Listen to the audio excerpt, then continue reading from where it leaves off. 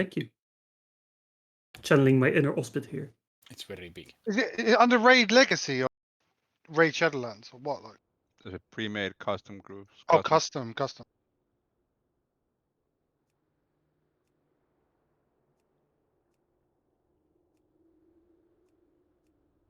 Let's see, who's this Kusang guy? I'm gonna ban him from my... No! Alright, anyone else want to join in the game, or the rest of you just want to sit and watch?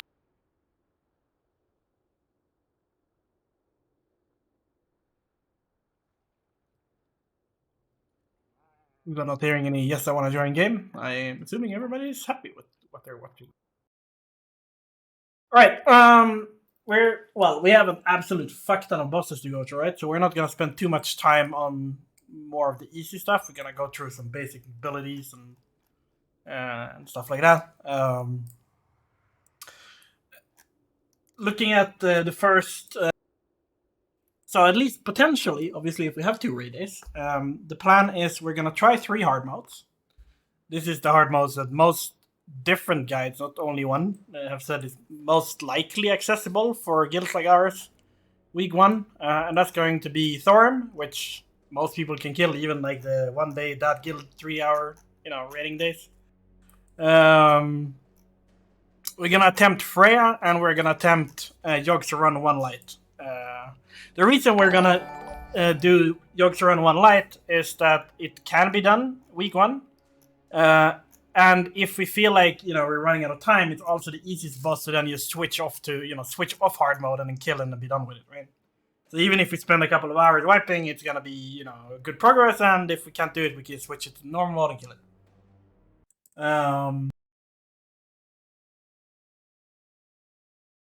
There we go. So that means no XT hard mode. I know Onyx wanted to do that, but looking at some of the hardcore, I was looking at some of the really hardcore guilds trying it on week 1, and most of them aren't even gonna attempt it because it's ridiculous. Coward. And some other, we're not gonna do HoU. We're not gonna do Mimiron, of course, unless we're gonna be insane and try to do Mimiron hard mode week 1. And we're not gonna do Iron Council.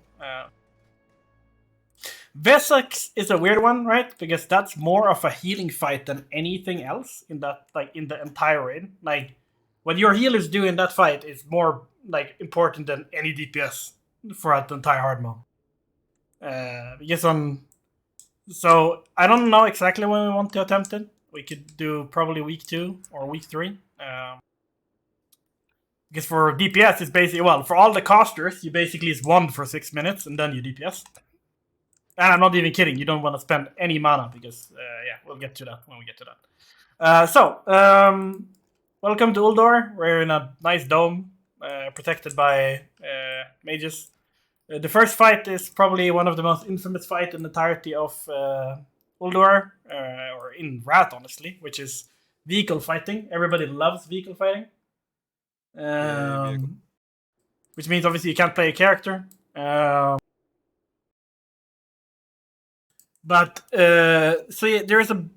There's quite a lot of stuff going on here. You have a kind of like a gauntlet event here in the start. If you do normal mode, you kill 4 towers on the sides to deactivate certain abilities. I've read up on that. If you talk to Brand, they should all be it, and that's also a big point. When you go into the raid for the first time, don't talk to any of the NPCs. That starts the fight. If you talk to the guy right next to the stairs, that activates the hard mode. You don't want to just, while we are, summoning in and getting ready, you don't want to just talk to him because, oh, look at this, I can talk to this NPC and check out the lore. That will activate the hard mode. If you activate the hard mode, then you have to either go and reset or deactivate the towers individually. I think if you only talk to Bran, all the towers are they are deactivated by default. Yeah. All right. So the entirety of the first fight will encompass all of these vehicles. I'm going to talk to Bran to get the easy mode. So you have a couple of different engines that you need to run through. In normal mode, honestly, it doesn't really matter that much. You will have a couple of siege engine. The majority of the players will be in your demolishers. Shoppers are mostly useless. But it is good that we even week 1 get very used to the abilities that all of these things do, because they are very important if you want to do hard mode. It will be much more involved. You will use a lot of more abilities. So we will basically just go through their what they do. And then depending on what setup we want to use for hard mode, at that point we're gonna do. So for example, you can do some stuff week 1, which is like the tactic you're gonna use is training yourself to, or training everybody who is gonna do anything about pyrite management can still do that week 1. There is tactics where you can basically just bomb him to death without doing anything like that. So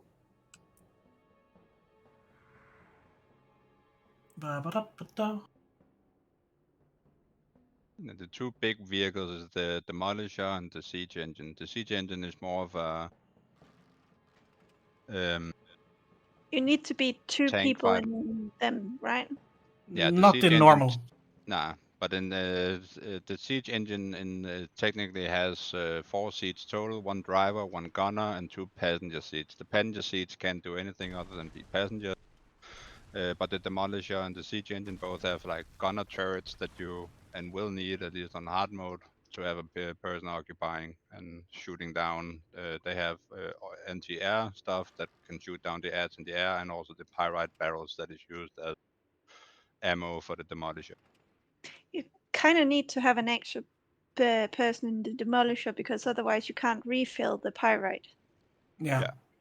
Yeah, on normal you can probably just shoot him with the regular ammo. Well, so for normal mode, the thing we're probably gonna do is the pyrite strategy, where we are going to use something called HoU Pyrite from the Demolisher, which is doing the majority of the damage on the on the actual boss fight, is pyrite stacks. So if you're gonna be a Demolisher, the Demolisher drivers are probably the hardest part about this entire fight. You have the most to do, and yeah, you see your job is quite important. I have a passenger right now who is shooting down these pyrite things. It looks like blue canisters. You have basically a what do you call it? A little bar here on the right, which tells you how much pyrite you have. With the pyrite, you can either go, you can basically speed up, or you can use HoU Pyrite. This gives an insane dot effect stacking on the boss. It stacks 10 times. So what most people who are demolishers want to do is you want to stack it up to 10 times, and then just keep it at 10. For hard mode, that's super important. Obviously, normal mode, you can fuck up and still win. Most of the other abilities, honestly, on the boss, you can do some damage if you have time, but they won't do like super high damage. For example, the siege engines, which I'm not in right now, they have a couple of abilities. I think you're in a siege engine, right? Or who is in a siege engine? I know you have a stun. You also have a ram, which is very good for killing small mobs. Also something very important in hard mode, not so much in normal mode. And then the small shoppers you see around, they can also basically shoot on pyrite. They have a little cone effect, which they can run around and hit small mobs on. Also very important later. Also my little vehicle is gonna die. Whee! That's how much damage you take if you're not in a vehicle, by the way, even on. Bonk. You killed us. No, I did. Next time I'm driving. You can drive you're the own demolisher. I'll actually go into the siege engine now. The siege engines are kind of like the tanks.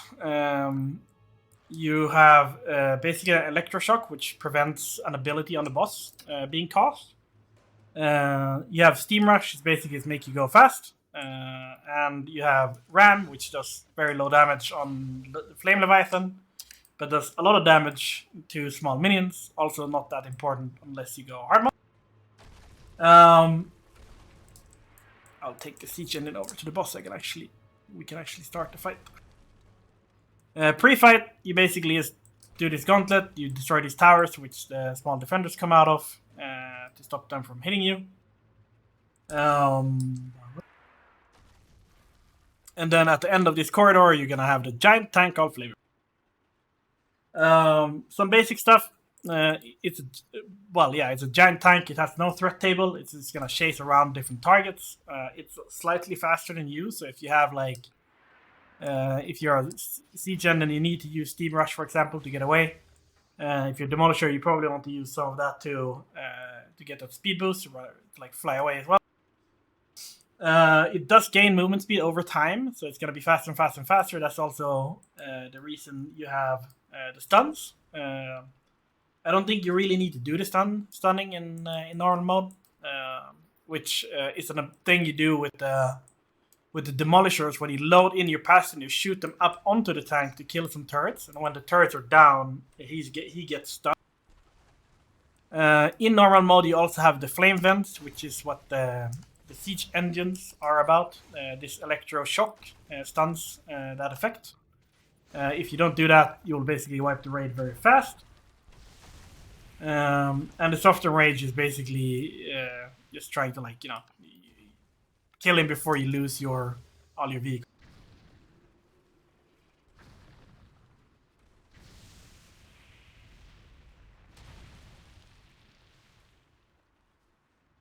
Yeah, it's basically, if you remember the first add-on, Kill Thousands, is basically the same thing where he chooses a random target, fixate on, follows that. He will switch that, or he will gain a new target if he kills the first one he's fixating on.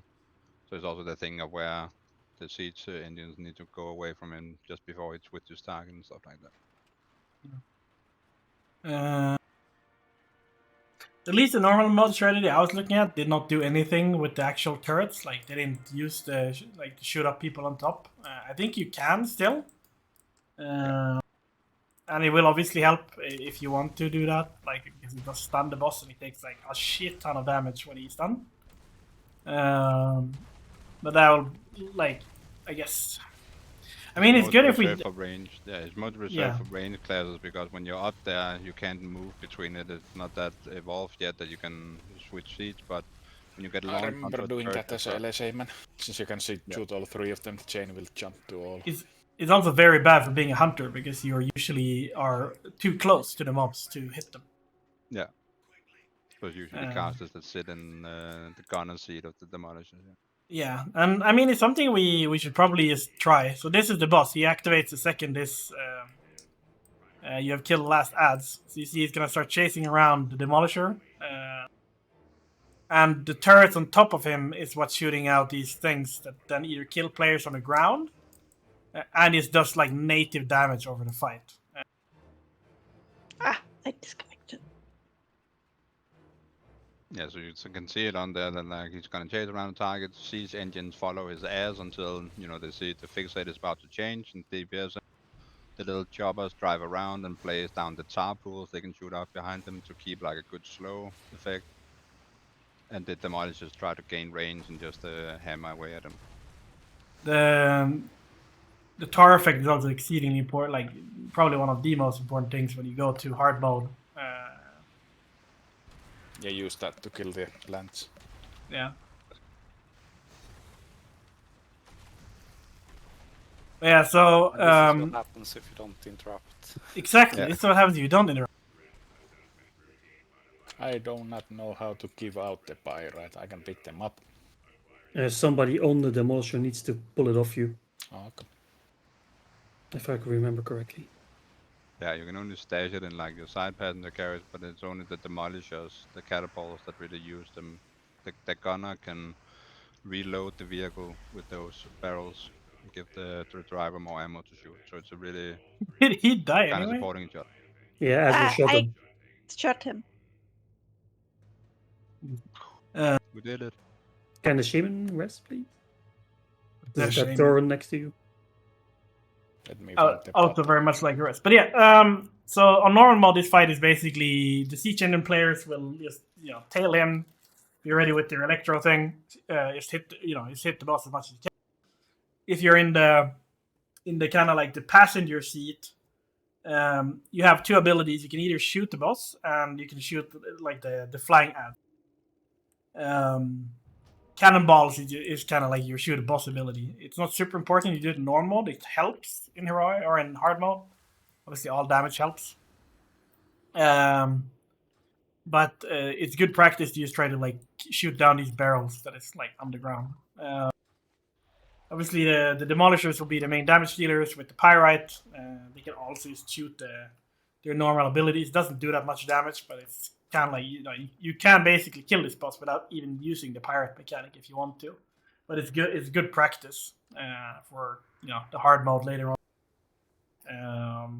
But yeah, so that's kind of that boss in a nutshell. I think we're gonna test with shooting people up on the what's it called on his body as well, and that's something that if you're a demolisher, demolisher passenger, you can load yourself into the demolisher and then be shot up by the driver. The driver will be silenced when you're in there, so you'll only be able to like shoot you up. That's the only ability he has access to. You still need to aim it. If you aim, straight off, you're just gonna send your passenger to China and die.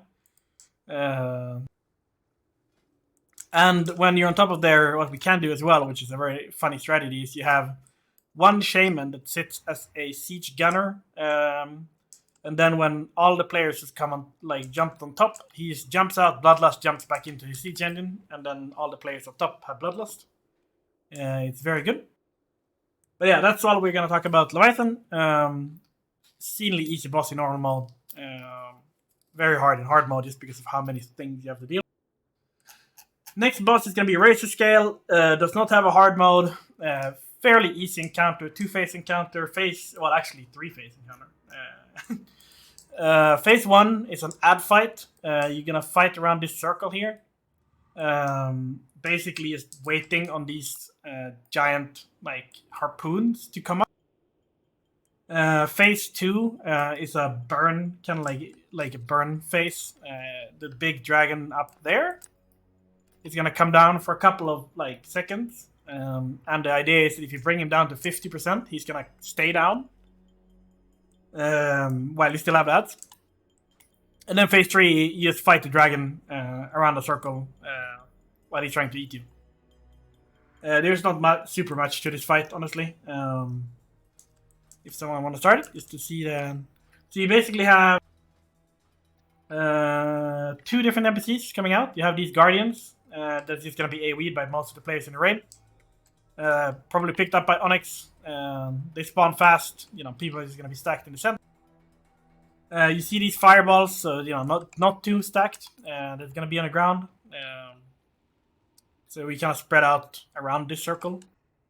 The fire does quite a lot of damage if you stand in it like a moron, but it's very easy to see where they lie. And also you see these friendly NPCs here in the back that is just working on this little harpoon. We probably just gonna assign like maybe one healer to run around back here to be able to raid heal while clicking these. There's one more mob in there called a Vrykul Dark Iron Sentinels. Are the bigger guys. They'll probably be picked up by me, dragged out of the raid, killed with ranged DPS because they do a fairly heavy cleave damage and whirlwind. So that will be like the ranged DPS. You're just gonna have to focus on killing down, kill him off, and then back to the AoE. As I said, in phase 2, when all of these harpoons are done, he's gonna come down to kind of like half height. You see, he's being pulled down lower and lower. And what phase 2 is, as I said, it's a burn phase. You try to bring him down to 50%. And if you can't do it in one phase, he's gonna come up, and you're gonna have to do phase 2 all over again, waiting for the harpoons to to reset, bring him down, and do it again until he's down to 50. Probably just a very nice place to pop all our cooldowns. Pop Lust, nuke him down to 50%, so he stays. Bring him down or wait? Yeah, it's bringing. Never mind. Obviously, you didn't really. It's very hard to see phase 3 here because we're in like hero mode, right? But in phase 3, all the fire patches will continue to be dropped, but all the other mechanics are gone. He breathes fire. That's it. Like it's a very simple dragon fight. Turn it away and shoot it in the back. Yeah. Just like police officers do in the USA.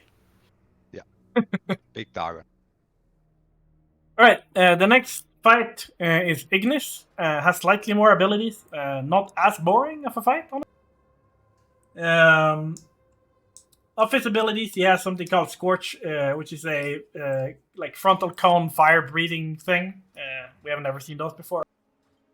We'll also leave a fire thing on the ground, so we will have to move him around a bit in this room. He also got something called Slag Pot, which he takes a random player in his little pot on his belly there, and you take massive damage while in it, and you're in it for like, I don't know, 10, 15 seconds, something like that. Yeah, it just has to be healed through. You can kind of cheese it in there if you're a paladin. I think you can bubble it for most of the duration and so on. The next thing is called Flame Jets, which is a high rate damage, like AoE damage, like Consecration Aura Mastery and stuff. On this phase is very good to like keep everybody alive. The last part is something called an Iron Construct, which is more of a tank ability more than anything. There is like a mob that you have to pick up as an off tank, and then you will have to stand with the mob in the fire. If you're good, as I know Onyx is, you can probably keep yourself out of the fire for a couple of stacks, and then when he has 10 stacks, you run it into the water to break it off, and then one DPS player and I love how this is actually spelled out in the mechanic. It says you need to do a high amount of single target damage in one hit. So, like arcane blasts, I guess, I don't know, explosive shots, shadow bolts. It's 5k damage. Yeah, lightning you do like one hit on it and it dies, and that's that. And it's more of a main tank off tank thing to deal with until it's brittle when you can. So for healers, obviously you have to spam the slag pot target, and when flame jets drop is when you're gonna do like conk aura masteries and other healing cooldowns. Tank damage here is quite high, and obviously raid damage is super low until the flame jets. For DPS, obviously just ignore the ads if you aren't assigned to it. Just DPS the boss the entire time. If you get slag potted and you have some sort of damage reduction, it's good to use. Otherwise, keep most of it for the flame jets. If you're Cloak of Shadows, Feint, other things you can do to take less damage. Obviously, AMS for DKs and so on. Also, pretty simple fight. I mean, it's basically dealing with the slag pots, and then it's the tanks dealing with a lot of ads. So basically, we will all be bored except Onyx and the one guy killing Onyx ads. And that's it. Carters will have to watch out for the flame jet. It's a 2-point-something second cast, but it will also interrupt you if you're casting a spell. It will also knock up everyone, of course, but if you're actively casting a spell, when it hits, you are going to be silent for 8 seconds. Also, no one except for Nier should be in front of him when he does that, because it's just a frontal. No, that's a Scorch. It's a frontal fire damage that then leaves the flame jets. It's called flame jets. No, flame jets is the AoE. Under everyone, yeah. Oh, I mixed them up. Yeah, there's two fire. Well, there's two fire things on this fight. I don't know if we can pull him without killing him, just to show kind of how. No, take off lightning shield. Oh yeah, that's true. Use the vent. You tune in. Hmm? Oh, it's just so delayed on Twitch.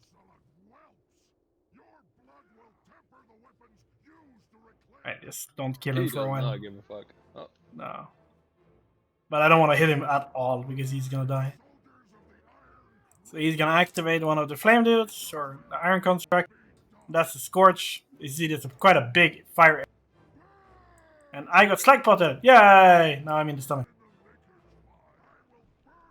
You're taking 1 damage. You are Slack. And I don't think Flame Jets had any animation, by the way. It just... Because that's a Scorch.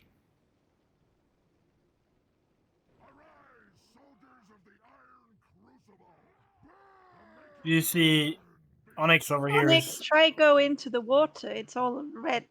Yeah, I just wanted people to actually see it so they know how it looks. Don't know if Nia They is go showing it on the all- stream or not. Oh, yeah. But yeah, so it's basically, this is all his mechanics the entire time. He doesn't have It's anything more. brittle, and then you. They get stunned. Yeah, it's basically 4 mechanics we have to deal with. And that's Deal with ads. What's And deal the with some ads. jet? Who needs to go into the water? the tank. You need to kite the hot mob in there. So you basically pick up the construct that gets spawned, and then you drag him into the flame patch that he puts down until he becomes heated, and then you bring him over to the water so he gets brittle, and then you basically one-shot him with a big hitting ability. Melee DPS just stay on the boss and you avoid the ads as they spawn. And that's basically it, and you try to pop your survivals if you get targeted by Slackbot. Does anything happen if you don't one-shot the ads? They just No. don't die. They Then don't you die. need to reheat them again. Oh, okay, so like, But they are unless you stunned for one-shot the them, they don't events. take the damage or something. Yeah, they are stunned Yeah. for 12 seconds, so And they are 12 seconds to do a thing. they are the soft enrage mechanic, right? Where if you don't kill them, they will spawn and spawn and spawn and spawn until your off tank dies and everybody else. Yeah, and for every ad he has alive, he gets a damaging stacking buff. Yeah. Yeah. Right. XT. No, Best no, boss no, lines no, in the no. game. Yep. Yeah, actually the first very interesting boss fight. On normal mode, let's talk about the 2 mechanics. He has 2 mechanics that is like standard. First thing is called Searing Light. The second thing is called Gravity Bomb. Searing Light is a heavy damage over time ability that also damages everyone around you for heavy AoE damage. Which obviously means you want to get the fuck away from your friends if you have this debuff. Gravity Bomb does nothing during the duration, but will basically detonate to do massive damage and also pull everybody around you into you, and then also do damage. Also means get the fuck out from your friends if you have this debuff. That's all they do on normal mode, but since we won't do this on heroic for a while, I won't go over the heroic stuff yet. You should tell about the heart though. Yes, that's the next part I was going to tell about. XT takes damage when he via his heart. You're basically DPSing not his HP, but something else, right? And when he hits 0 in either HP or whatever it is, he basically is gonna spawn a little heart, a little NPC right in front of him. And the more damage you do to this heart, the less HP he will have in the next phase. And then you do that until he hits 0. If you ever do hard mode, the idea is that you need to kill the heart in one session to activate the hard mode, which we don't need to talk about because we're not doing it next week. The heart takes 100% damage and is basically the real HP of the boss. Every time you hit 0 HP, the heart is out, and then then you want to kill him off in the end. And while the heart is out, there is a couple other things that happen. He's gonna start spawning some repair bots, some bomb bots, and some pummelers around the room, around these 4 piles of shit. The repair bots will heal him an absolute fuck ton if they reach him. So they need to be killed by probably ranged DPS. The bomb bots are fragile and they explode for great damage, so you don't want to stand close to them either. And they also do damage to the repair bots. If you hit a bomb bot close to a repair bot, they will take the same damage. The pummelers are basically tank and spank ads. They have to be misdirected to tanks or picked up by tanks and then killed. They do whirlwind, but it is survivable by melee, but probably not 2. Two pummelers whirlwinding will probably kill most of them. So it's basically, you want to do as much damage to the heart while, figuring out the ads, right? And it's still the main. You're still killing the boss's HP pool. It's every 25% that he releases his heart. Yeah. So I guess you can get into weird situations, maybe where if you get into 75% and you keep hitting the heart and the boss is close to 50% again, then you can have a very quick phase 2 right after Yeah. again. Yeah, you can. Especially if you lust without the intention of killing the heart in one go. You'll probably get very close to like 50%. Which is something we're probably going to do on the normal mode anyway. So we're going to lust. We don't want to kill the heart. So we're just going to stop when we're very close. And then he's probably going to switch into another heart phase very fast. So we might need to use some sort of crowd controls on the repair bots if they're overwhelming us, which is also going to be mostly ranged-based AoE stuns or like Frost Novas and slow traps and shit like this. But for the normal mode, the biggest thing is basically how you position the raid to allow people to get out of the raid with the debuffs. It is also a thing we can kind of practice a little bit of how we how we handle it on hard mode if we ever get when we get there, right? And the way we're gonna do them, I'm just gonna set up basically how you want to run, like where you want to run with your effects, basically. So we're gonna have the boss straight up here in the middle. That's very straight, but whatever. And then the tanks will stand over here. Obviously, the melee is gonna be, let's say, green. They're gonna be straight up behind the boss. Let's do yellow. So casters basically lightly spread out here in the back, like behind, kind of max range around in the semicircle here. And then we're gonna have one more marker, let's say purple, over here. Well, I guess for normal mode, it's just anywhere on the right side. So the idea would be that if the boss is tanked on Skull and you're a caster and you get Gravity Bomb, you're gonna run to the left up to this corner here, which is gonna train you for when hard mode hits. And the difference is gonna be that if you get Gravity Bomb and after it's done, you spawn a giant, massive like black hole, which is gonna last for the entire fight. So you're gonna have to start stacking them on, by each other, basically around the room. And that would mean that if you get the other ability, it's called Searing Light, you run to the right. And then towards like the tanking areas here. And the reason for that is that if we do hard mode, there is an added spawns when Searing Light ends, which needs to be picked up by tank, because it does insane damage. But on normal mode, it's basically get away from your friends. Probably try to, learn a positioning for the casters where we can be loosely spread out so you don't murder anyone by running through every single person while still getting kind of far up towards the tanks before your debuff expires. And that's basically the fight in normal mode. The reason I just want to put the markers down for where I kind of want you to run is just, it's going to ease up the practice, right, for hard mode when you really have to go there and start stacking the mechanics.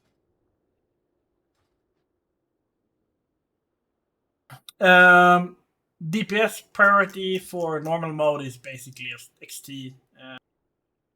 And then on the heart phase, melee will always be on the heart.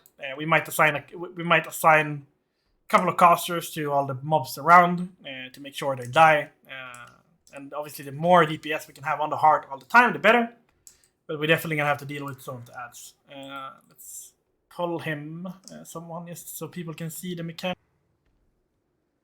One thing we didn't cover is also he has Void Reavers. If you remember that guy, his ground pound thing where he damages everyone in the raid. He has an ability like that where he will heal 80% of everyone's health over a couple of seconds while he beats the ground. But if you have enough DPS to where you can release his heart, you will never see that ability. But it might happen, at least the first one, if we are a little slow on the heart. I don't know if it does that on normal. Yeah, no, it does. Yeah. All right, yeah. So that's a healing thing. So Tantrum, to go over it, because the guys also was basically doing hard mode only for Tantrums. So Tantrums is a raid-wide AoE damage that happens every minute. It's a long channel cast that deals, as Sol said, it's basically 200% of your HP in hard mode. It's probably less in normal mode. This is where you're gonna want to use your survival cooldowns as DPS to help your healers. It's probably where we're gonna have healing cooldowns on rotation to, save the damage. You probably also need some sort of like what's it called, consecration aura mastery to be able to cast anything during this phase. But as you see, the abilities coming out, obviously they don't do much on normal mode, but I think Onyx has got the Searing Light. There you got it again. That's how it looks. It's like a little light around you, and he's gonna do it on the Tantrum. I don't think anyone has gotten the gravity bomb yet. I might be able to hit him without killing him at my low level. Right? Whereas take off your weapons and hit him like. But it won't kill him, right? Because his heart will just come out. That's true. No, it's not like you don't put the boss to 0 and then he releases the heart. It's every 70, There is the 25. heart. Yeah, you see the heart comes out, and then So obviously if you 75 and 50 and 25% he will release his heart. yeah, and you have 25 seconds, I think it is. Here comes the ants. Yeah, you see that spawning on the sides. There's a big bomb in the middle. The scrap bots is basically scrap. They're pointless. They just die really quickly, but they need to be killed. But I mean, like one warlock with a what's it called? See the corruption basically kills most of these mobs, except the bomb bots maybe. So you see also the pummelers coming out. I don't think we even saw a healing bot. Monk. But this is like the general, at least setup, raid-wise, we're gonna do. We're gonna have boss straight up in the middle, tanks towards the stairs, melee straight behind, casters kind of loosely spread here in the back, and then gravity you go left, Searing Light you go right. I guess that's a good thing to remember from the start at least. And yeah, on the first heart, normal mode, we're just gonna pop Lust. We don't want to kill him. I don't think we can even with our DPS. Get as low as possible and then continue until he's dead.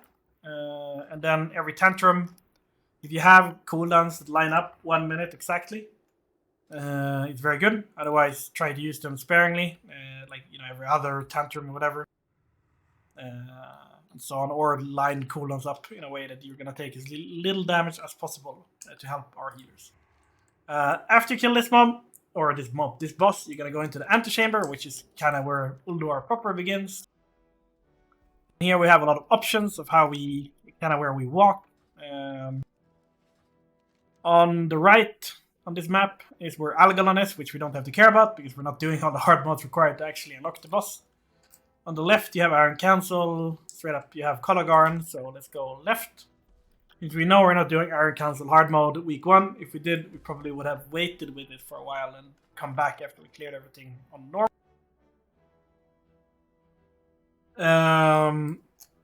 So Iron Assembly or Iron Council normal mode.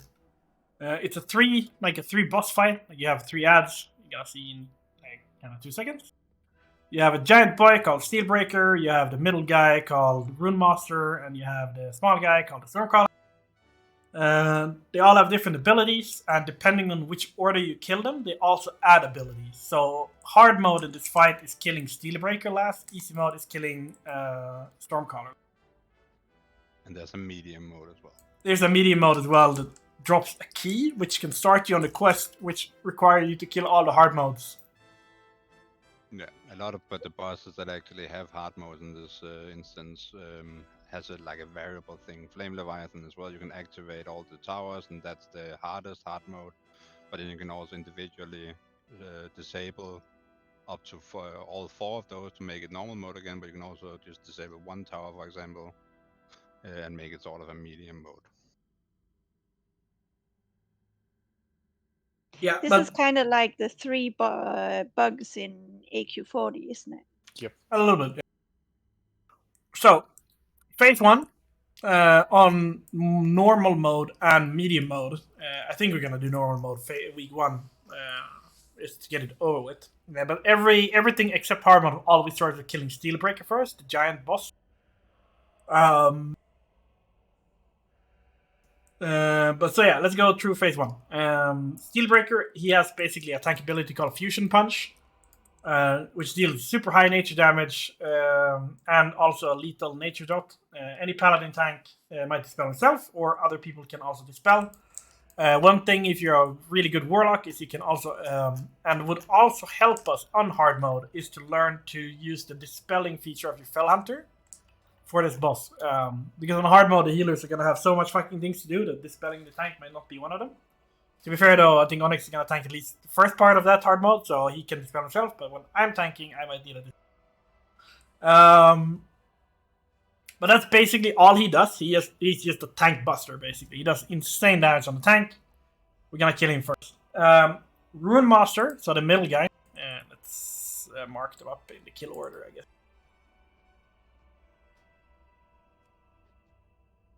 So the cross, and where's the little guy? The square. So Rune Master, or the square, or the cross, he costs something called Shield of Runes, which can be spell stolen by mages. Really fun thing. It does damage. Or can also be like dispelled if we don't have mages fast. And that's all he does in phase 1. Literally, he's just gonna. He does one more other thing. He also got something of Rune of Power, either under himself or under any of the 2 bosses, dropping a large AoE pool. Any boss or player that stands in this pool or in this little rune, you see it under the big boy right now, will do increased damage of 50%. Very, very good for the DPSing. Also means the tanks are going to move a lot of bosses around you for you to be able to DPS them as melee and casters in that. Stormcaller Brunder, the little guy that's running around, his ability in phase 1 is basically a Chain Lightning and a Lightning Bolt. He doesn't do almost anything in phase 1, honestly. He's gonna run around and hit the tank. His only ability is something called Overload, which is a giant, a very long cast that deals lethal damage if you're standing inside the cast when it's. And what either way is going to run that character out. I think there is also a distance thing on the Rune of Power. You can basically stack Rune Master Mulgrave and Steelbreaker in the corner of the raid or on the other side, and then bring Brundir here or the opposite. And you can basically have one healer and a tank sit with Brundir until the last phase. So when Steelbreaker dies, both the Rune Master and the Stormcaller will get some new stuff.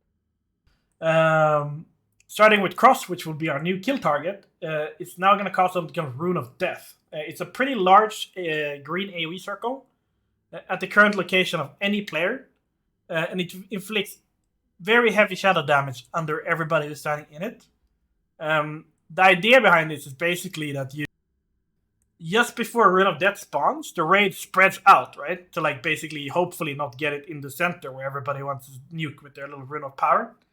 And then, depending on where it spawns in the room, you then obviously drag the boss away and then hopefully get a Rune of Power. He still does the other 2, the Dispel / Spell Steal rune or shield, and also the Rune of Power. The little Stormcaller now does something called Lightning Whirl, which is an interruptible channel every few seconds that will deal near lethal nature damage to anyone that is standing close to that boss. Very easily interruptible by any tank, honestly, or anyone else in close vicinity. This has to be and that's all he does in the end of the phase. Something that we can start also practicing a little bit in normal mode is how you transition to the last phase in any of these phases. And that is, since on hard mode and easy mode, you always kill the Rune Master second, which obviously means he's going to stop dropping his Runes of Power in the last phase. what you can do is you can wait exactly to the moment you get a new rune of power and then transition into phase 3 to basically get the full use of one, right? Which gives you more DPS, and on hard mode it's basically required to kill like Steelbreaker. But for the easy mode, we will basically have the Stormcaller left. He's gonna do all his previous abilities, so his like Overload, his Chain Lightnings, the Lightning Whirl, and then he's gonna get something called Lightning Tendrils, where he's gonna flap in the air and start like moving around like crazy for a little bit. And he deals heavy damage to anyone around him, which basically mean, spread out until it's done. And since he's doing Overload and we're all kind of standing close to him to nuke him, where every time he does an Overload, we switch him to the other side of the room and then just, kill him there. I'm also pretty sure that Overload doesn't disappear in phase 3, but I might be wrong. But yeah, I think on normal it's a pretty easy fight. There's a lot of like added mechanics, but you go through them in a pretty simple way, right? And it's a lot of but just moving the tanks, moving bosses, so you guys are force fed into a very specific area. If you want to start the boss fight. Yeah, you can start it just so you can see what kind of happens.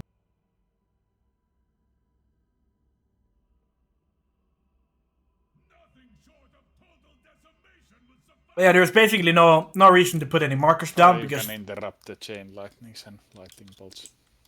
Yeah, they're also stunnable, A except very for when long they cast use. time.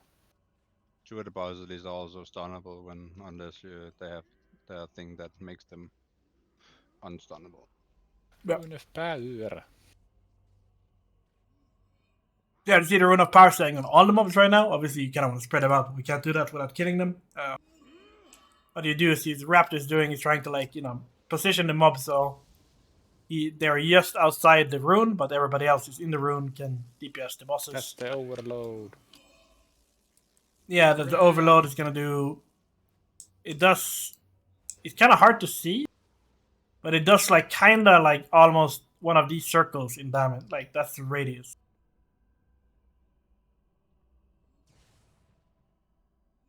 And if we kill Steelbreaker, I kill, okay. okay, you kill. It didn't die. What the hell? Right, so now they got empowered.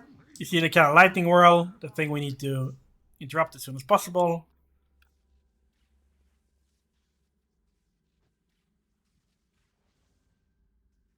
See if he does anything. He's just in his run of power. Another rune of power. Don't know if he's gonna do the other one. He shouldn't.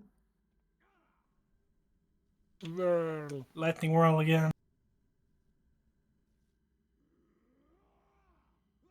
Maybe someone in this one. There we yeah. have it. There it is. Do you see how big that green area is? That's why we want to spread out, so we don't pop one in the middle of our power room. I guess we need to have a ranged interrupt for that. If the Brundir is in the thing. Yeah. Well, I mean, like me as a DK, I'm probably gonna be the one tanking him the entire time, and I can range interrupt myself. Anyway. I think me plus one healer should be able to handle him almost by ourselves. Yup. Probably a shaman, so you have extra interrupts. Yeah, right. And now we kill the last guy, and now the mini boss is super empowered. You see the lightning channels. You need to get out of the green shit when it drops, right? Yeah. It does 2,000 to 3,000 damage a second inside.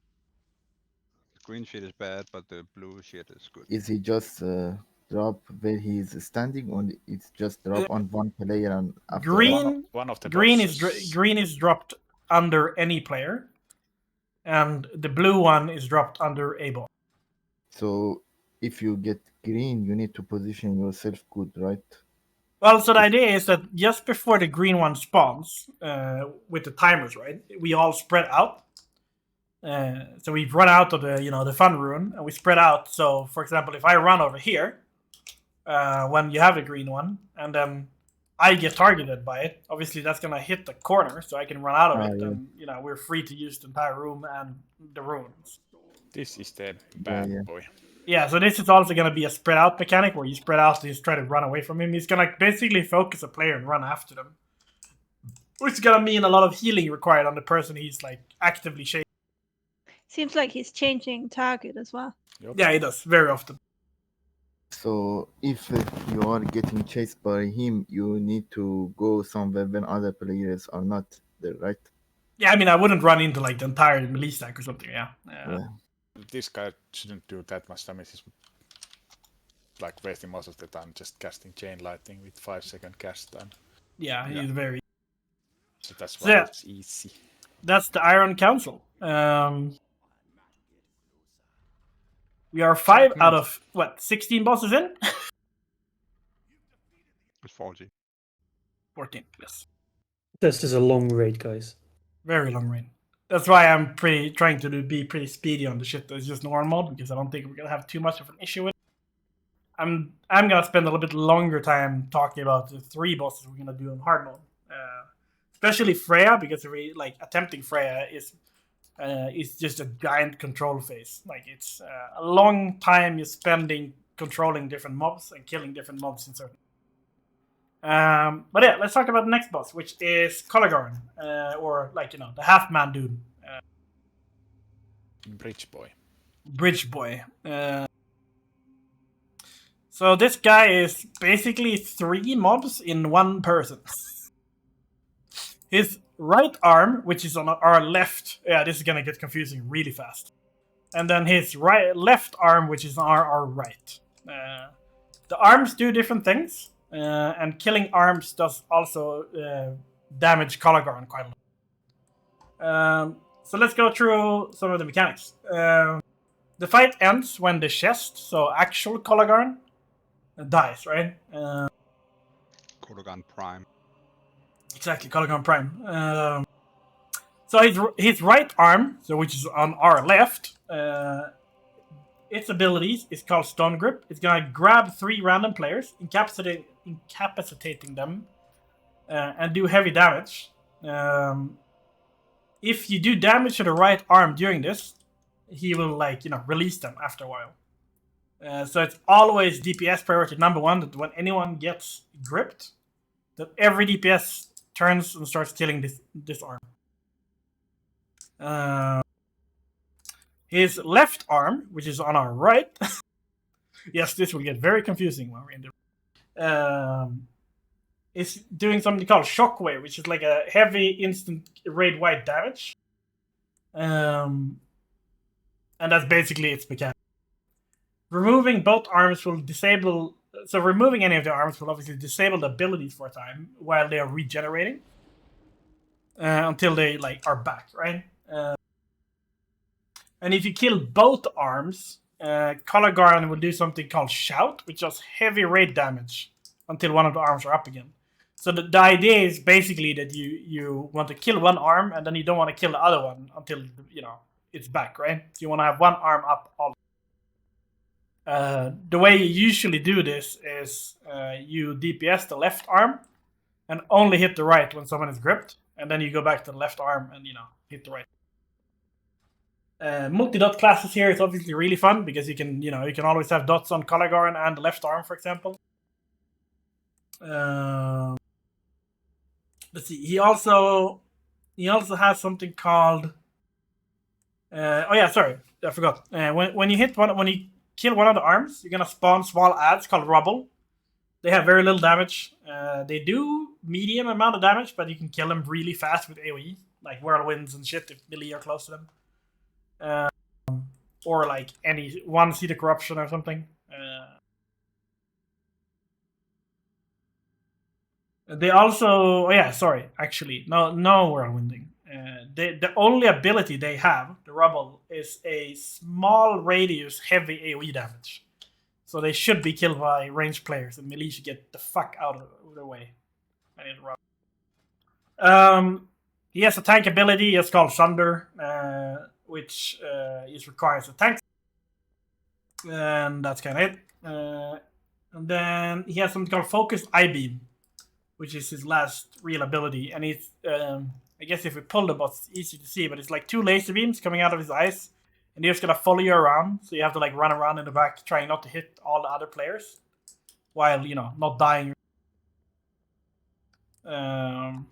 And that is basically all his abilities. It's not that much to go by.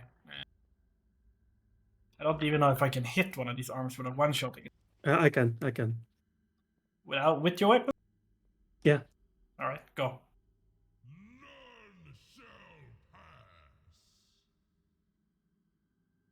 How long you want it? Just go until he dies.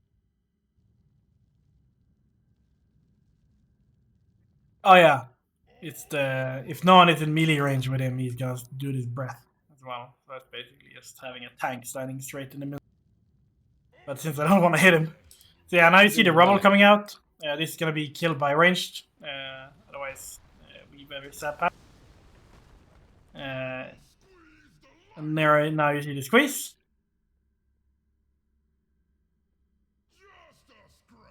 And some more rubble.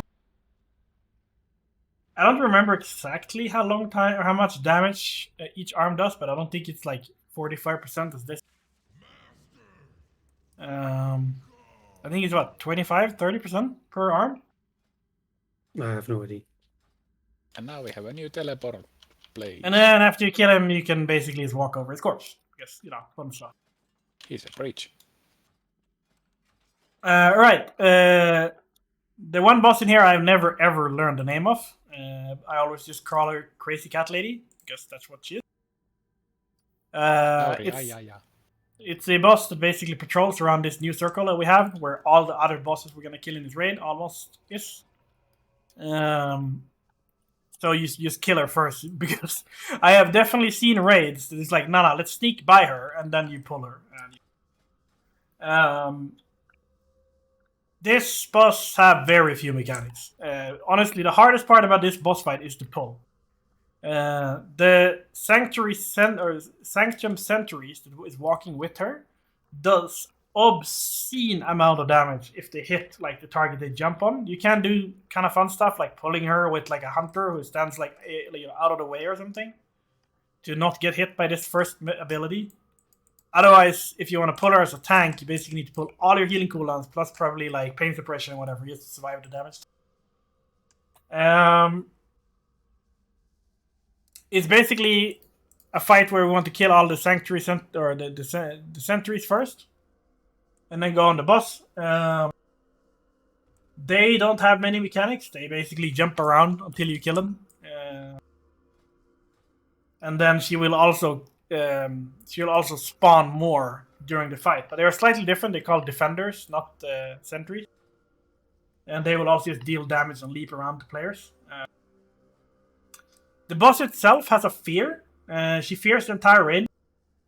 Obviously can be resisted. It can be removed by like Berserker Rage, Lichborn, I don't know, Fear Ward, Trinkets. As soon as she does this mechanic, or the fear, she will also start casting something called Sentry's Blast. And if she gets to cast it, well, basically if she completes the first cast, she will cast it again. And if you do that, you basically die. The idea, however, is that you obviously want to interrupt her. It is interruptible. However, if you are feared when the interrupt happens, all your threat is gone. Super good for DPS, because you can pump like crazy, get all your threat removed, and then continue pumping. However, if this happens when your tank is feared, you're dead. So the idea is that you either have fear wards or other things on your tanks, or you just wait until the tank is out of the mechanic before you interrupt. She will also do something called Sonic Screech on her tank, which just deals massive tank damage. And it's split between everyone hit by it, so the whole raid has to like stack in front of her. And that's kind of it. That's all she does. She has a jump scare when she dies as well, if you have sound on. Should we see the kitty bounce? Raptor, go. See if you die. No, you didn't. Never mind. But yeah, you saw that you kind of leaped on him, so you need to pull her. That's the big damage, the leap. Yeah. See if you can see the fear at least. That's like her only mechanic. I don't think she even can. Can she even fear us? Like, is that gonna be? Everybody's gonna receive. Maybe me. I don't know.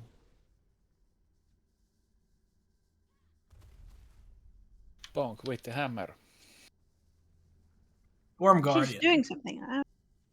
Yeah, now she spawns the ads that we need to kill. Kitty. This Tiny is AoE. kitties. Yeah, we just need to AoE these. They have a. They basically follow. Hey, fear! There's a fear. Now she's doing the thingy. Where is the...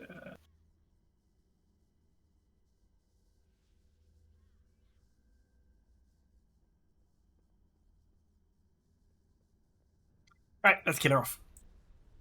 That's the entire kit. Yikes. Holy What a shit. nasty sound. That hurt my ears. That's a jump scare. Yeah. Oh, I got a glittering ball of yarn. I want. Well, you are a crazy cat lady. That is true. Hold Right. I have a Uh, safer with me. Yes, next fight, HoU or HoU. Hold on. Actually, one of the most, I'd say, interesting fights in that the way you kill this boss on normal mode and hard mode is the exact. The only difference is if you want to kill him on hard mode, you need to kill him within 2 minutes, which basically means doing all the mechanics flawlessly. If you want to kill him without the hard mode, you can kind of fail on a lot of stuff. And continue to do deep, crazy DPS in the meantime. Yeah. Yeah. So we're gonna go over actually every mechanic, even hard and normal mode, because it's the same. And it's, I guess, in the sense that it's fun that like you can obviously track yourself week to week how close you are to clearing the hard mode, depending on how close you get to the 2 minutes.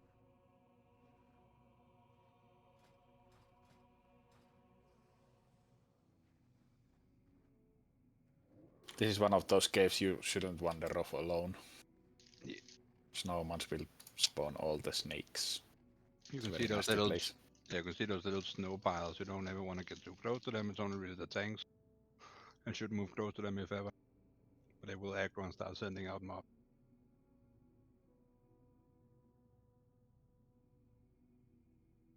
All right.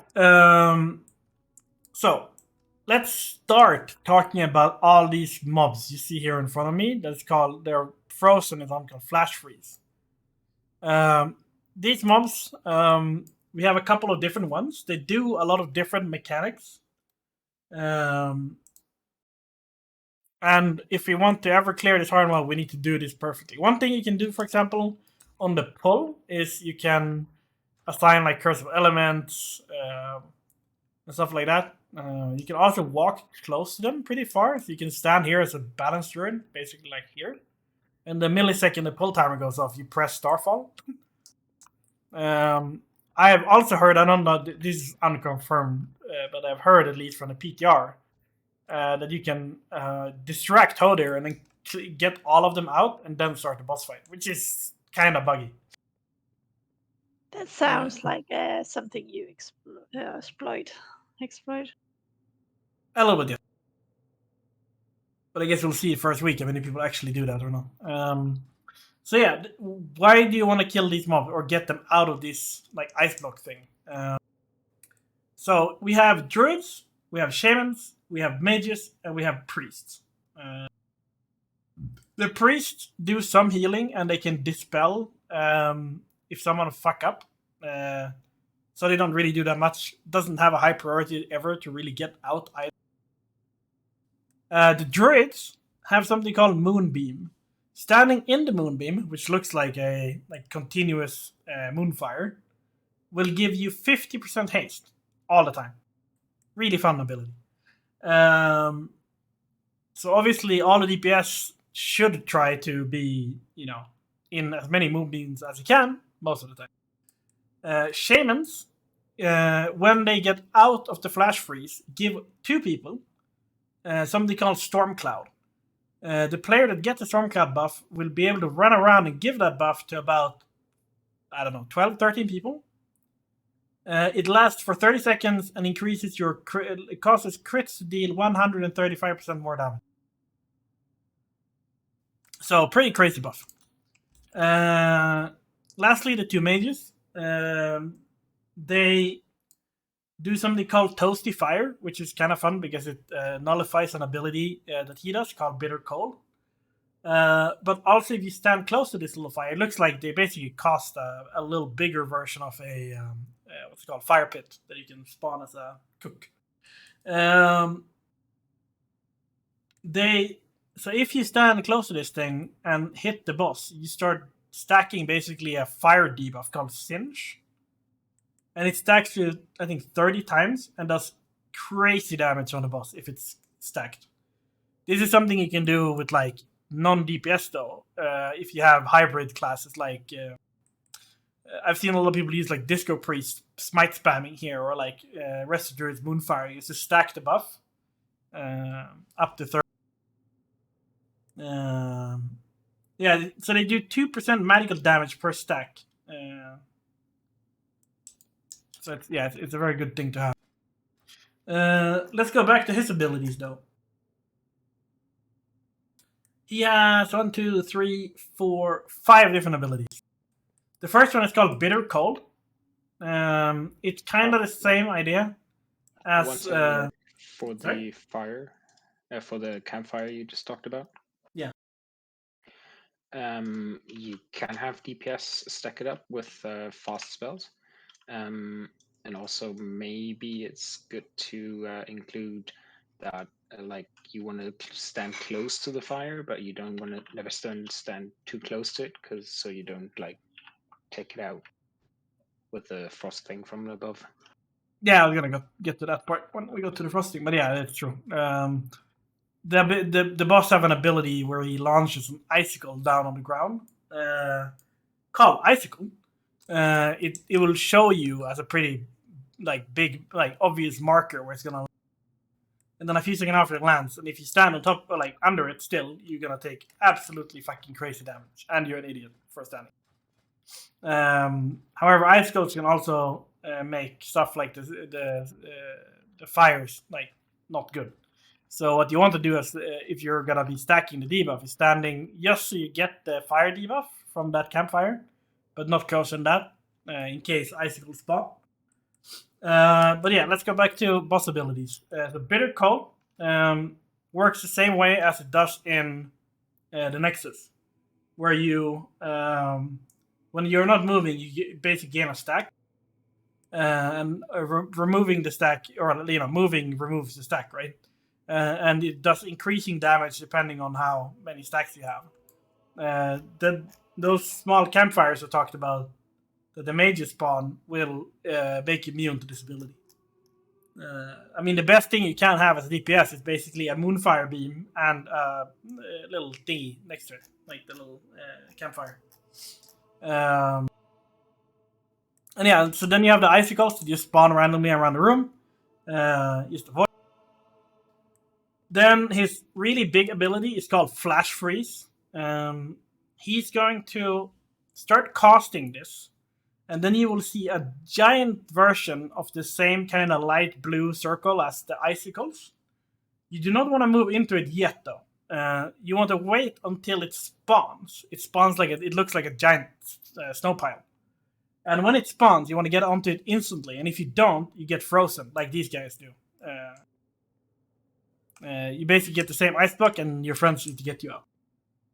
And you also take quite a lot of damage, I think, while you're in it. He does this exactly every minute, by the way. And he will re-entomb the NPCs while he's at it. So, 60 seconds into the fight, you will have to get these NPCs out again.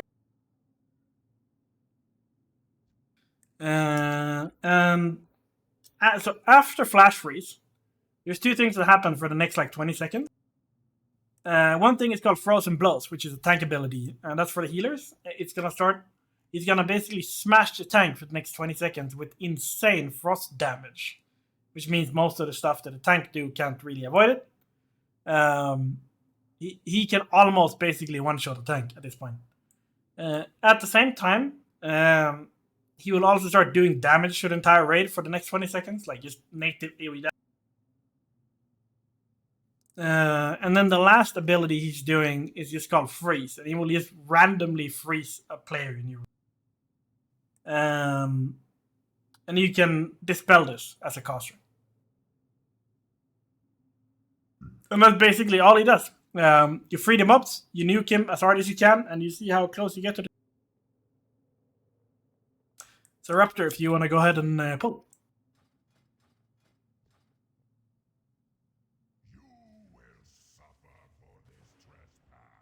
You see on the left, Turi and the Cyril, who's lagging. He's trying to dodge the icicles. I mean, they do hit. You see how fast they actually land after. Yeah, they're real fast. You need to be very quick. Here's the campfire. Yeah, so you see a little camp. You see a little campfire here. It basically makes you immune to the bitter cold. Turi, I think you need to heal Raptor. Yep. And these are the light beams I talked about at the druid spawn that gives you the insane buff.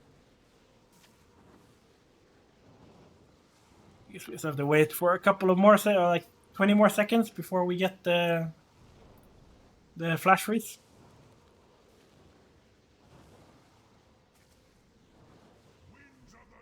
Here we go. So you see these more bigger areas now. You want to stand just outside of them, and the second they land, you want to go on top. And if you fail, you get frozen. Failed. I failed. I'm gonna die.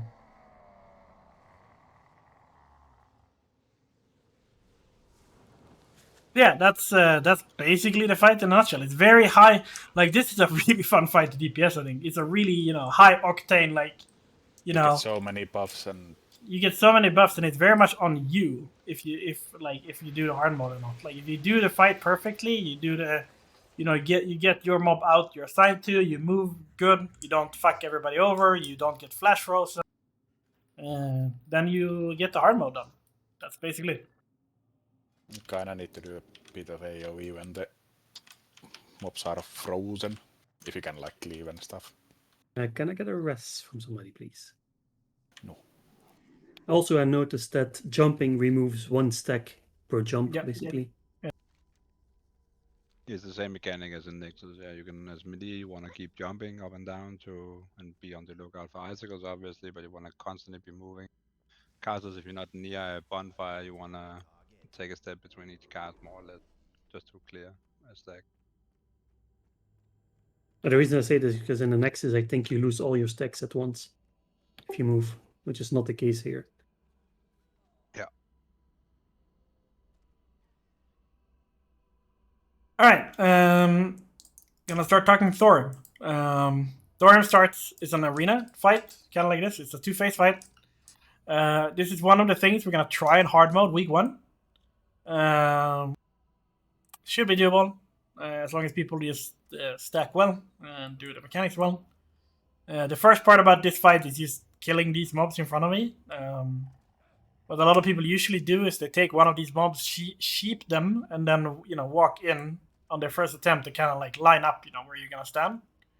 The only thing in this part of the fight, like the kind of pre-fight, is just a tank picking up the behemoth and facing it away from the raid.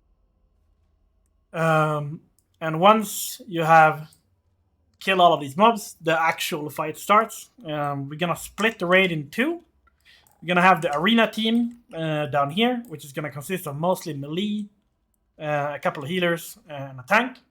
And then we're gonna have what we call the tunnel team, which is gonna be most of your casters, maybe a hunter, one of the tanks, and 1 or 2 healers. The idea for the hard mode, or at least to activate the hard mode, is I don't think we see it yet, but so Thorim has a little ally, and she disappears after 2 minutes. I think it's 2 minutes. Yeah, 90 seconds actually. So the idea will be for your gauntlet team or tunnel team to basically do the entire gauntlet and get up to him and pull him within the. And if you complete that, then we get hard mode. But let's talk about stuff pre-hard mode, which is phase 1. Phase 1 for the arena team is basically just killing a lot of mobs that jump.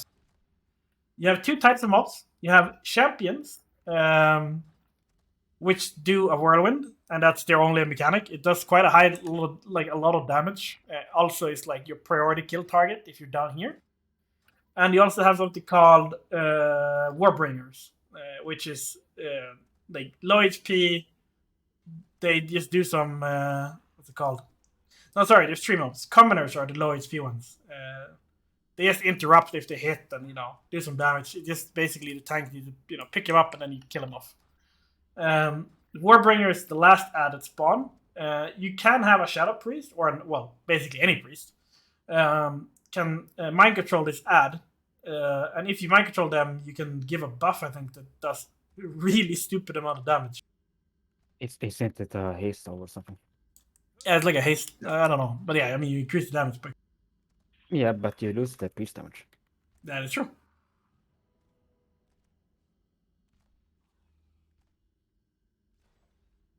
There's another mob that spawn with Warbringer, which is called Evokers. And they need to be killed. They cannot be. They will jump down in the room and be on the sides, kind of annoyingly.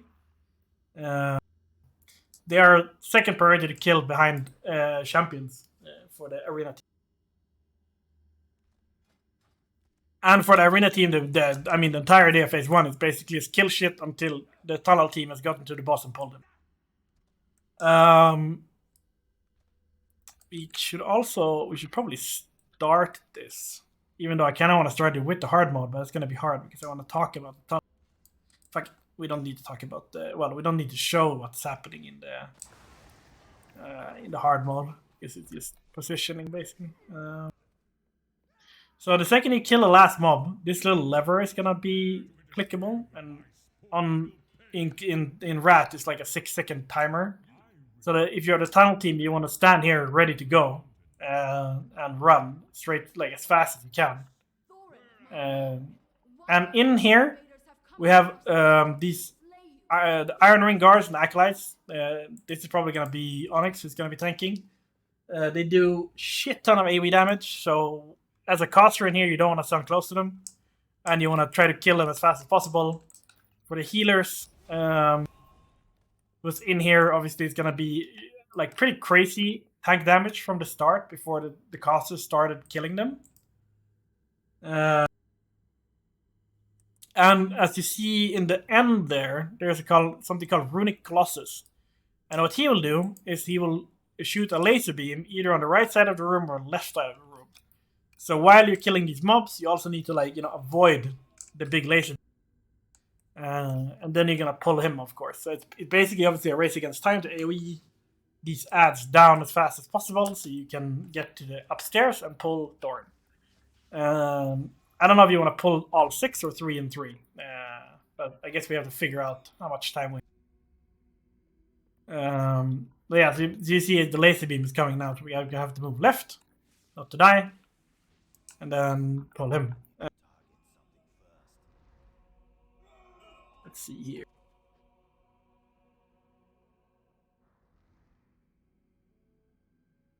It's only doing one side. I think he's bugged. Yep, this man is bugged, definitely. Can we kill him? I'm just gonna check. So when you pull this guy, once engaged, you want to do a couple of things. So instead of all of a sudden, being away from the ads, you want to run into melee range, because he's gonna charge unless you don't, and you stand behind him. At 50% HP, he's gonna do a shield, reducing damage and reflecting some of the incoming physical damage taken. That's why you want to bring cautious in here. And once the minion bot is dead, you get another room. So it's basically all the cards you stack up behind him and, kill him from. Then you have some more of these honor guards and acolytes doing the same thing. Stay away from them, let the tank pull them, and then just AoE them down. And then you get another mini boss, which is the Ancient Rune Giant. And the Ancient Rune Giant. The only thing he does is gonna buff any adds to the still alive when you pull him. And then he just does like, melee damage. Until you kill him off. Does the thing behind him do anything? It's just No. very scary.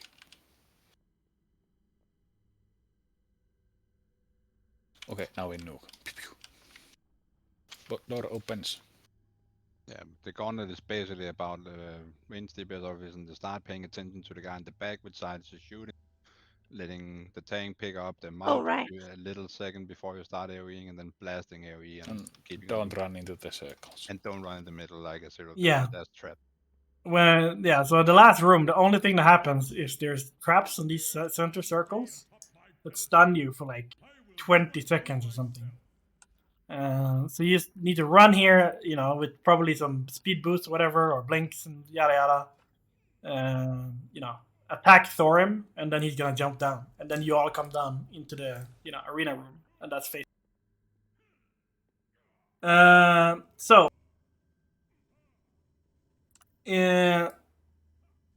Let's talk about the stuff that he's doing from normal mode. That will be the same thing.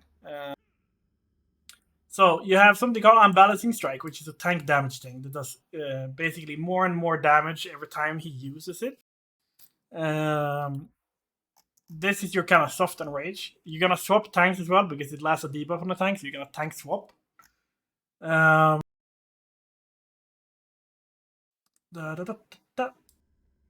And then he's gonna do this thing you see here, where there's like a pillar that lines up, or lights up, and then after the cost is gone, he's gonna then blast. I think is it the opposite area or the same area? I think it's the tank, but I'm not 100% sure.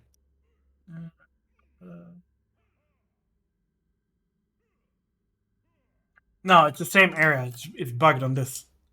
So he's gonna basically charge up a thing, like let's say this pillar.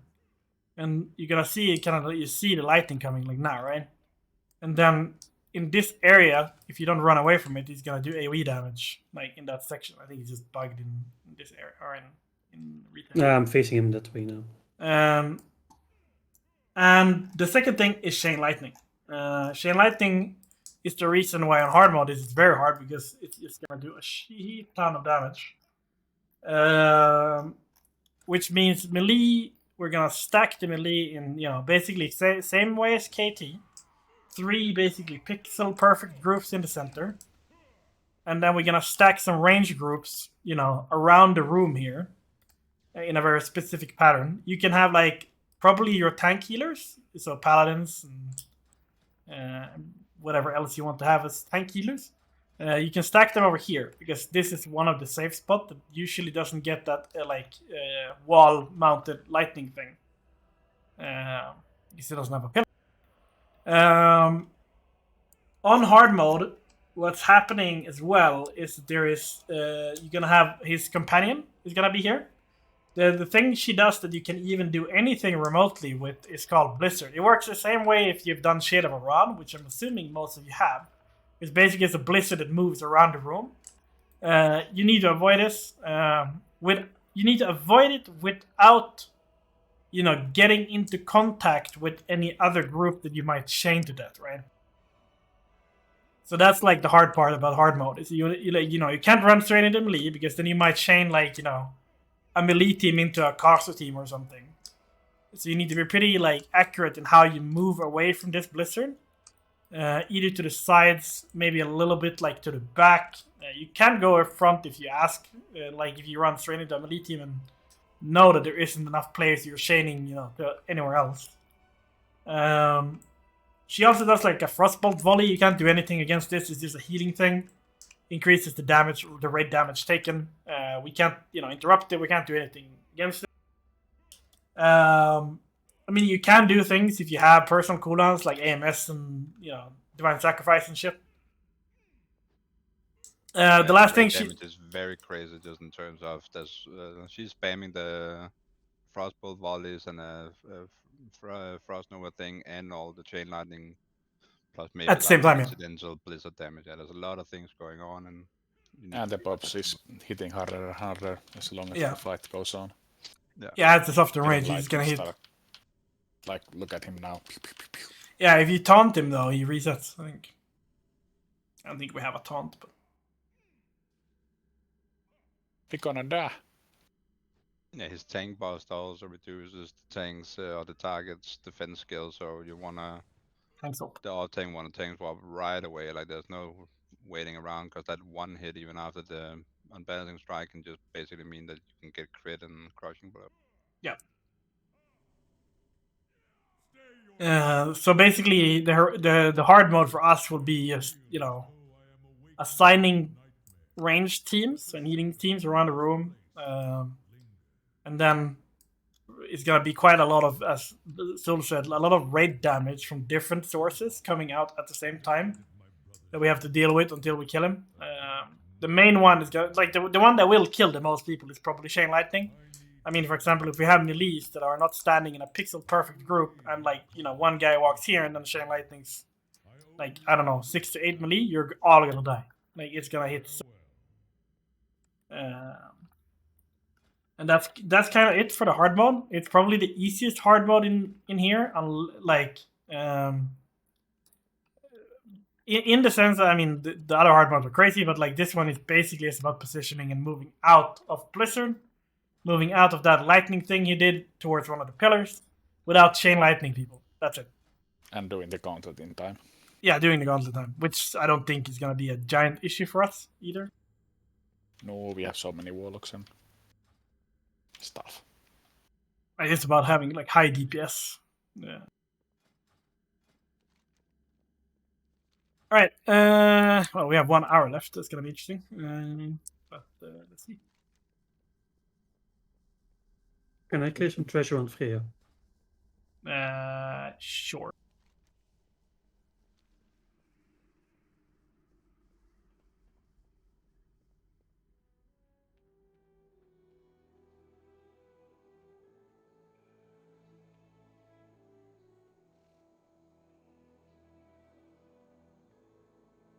Don't touch the big trees. Elders. Yeah, so this is the second hard mode we're gonna try. Which is Freya with all the 3 dudes up. This fight is a big control fight. You have saying 2 phases is kind of weird, but it's the first phase. You're not fighting Freya per se. You're fighting like waves of ads. You're gonna have 6 with differentiating ads. That does an absolute fuck ton of mechanics in a certain, like, we just have to deal with it in a certain way. You're gonna have so there's, let's say in phase 1 you have 3 different groups of ads, so like, you know, 3 phases, and then they repeat once again. So you're gonna have like 2 of the same things going on, and after that you basically just nuke Freya. So let's go over her mechanics first, because they are not that many, but they are the reason why we can't kill her, for example. So she has a sunbeam, which is just like a beam that's gonna hit a random player, and it's no AoE damage if you stand in it. You know, just walk out of it. She also has something called Lifebinder's Gift, which spawns a small tree randomly around like where we are fighting. Even on hard mode, this is #1 DPS priority all the time. If this tree stay up, we basically die. So it's like every time, and you might find them in kind of weird places. So it's like it's kind of like something up to probably Sul, Ethereal, and Skittles are gonna shout around the area here. So we don't have everybody shouting, and probably putting up like a skull marker so we can just, you know, quickly nuke them down. Her last mechanic is basically something called Attuned to Nature, and that just makes her basically unkillable because she heals. Like she has like a decreasing stack. It starts with 6, and at 6 it's like, I think she basically heals for 50% of her HP every 2-3 seconds or something like that. It's basically impossible to kill her. Which means you're just dealing with the waves until she has 0 of these stacks. Right, so the 3 different types of ads you're gonna meet are basically the 3 phases you're going through, cycle through twice. The first one is called Ancient Conservator. It's a big tree, kind of like these big elders. They look like. He's a single target mob, so it's basically a single target DPS. He's gonna spawn. Sorry. When he spawns, he's gonna cast something called Conservator's Grip. This should not be interrupted by any means. It's something you just, it's DPSing while he's casting it. What it does is it continuously silences and pacifies anyone who's not standing under a mushroom that's gonna spawn when he's up. Which means you're gonna have to like move around a raid in certain patterns. And if you stand under a mushroom, you also get 50% damage like increased. So it's it's fun to stand under mushrooms. While the Conservator is alive, he's also going to cast something called Nature's Fury, which is going to be cast on a random player. It's going to deal a large amount of nature damage every second to any player standing around him, plus the debuff player. So you have to run out of the raid, probably get silenced. Just get the fuck out of the mushrooms if you're standing in a mushroom with a lot of people. And just, pray for the healers to heal you while you're out. So that's the first mob you're going to deal with. So you're gonna have 2 of these. Most likely scenario, the second one that spawns is when we lost. Just to basically help the healers a bit and kill him off fast. Second thing is called Exploding Lashers. We're gonna get basically a group of small mobs, 12 of them. They do kinda high damage when they're all stacked, and one player obviously will be your tank. And their only ability is that when they die, they explode and do crazy damage around them. The entire idea about this phase or this pack is that you AoE them evenly down, and when you get to like 20%-ish, you start chaining knockbacks. So all you people who love your knockbacks, like Typhoon and what's it called, Thunderstorm and Blast Wave and all that shit, is incredibly useful. Also, one of the fights where it's very good to have one Warlock that has Shadow Fury to stun the ads after being knocked out.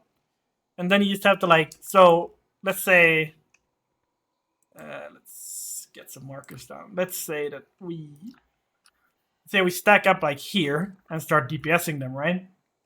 And then we want them knocked back towards red while the entire raid runs towards blue. Right? So we run one way and we push all the ads in a single direction the other way, while still nuking them, range biased. Like, obviously, melee for you, it just sucks, but that's how it is.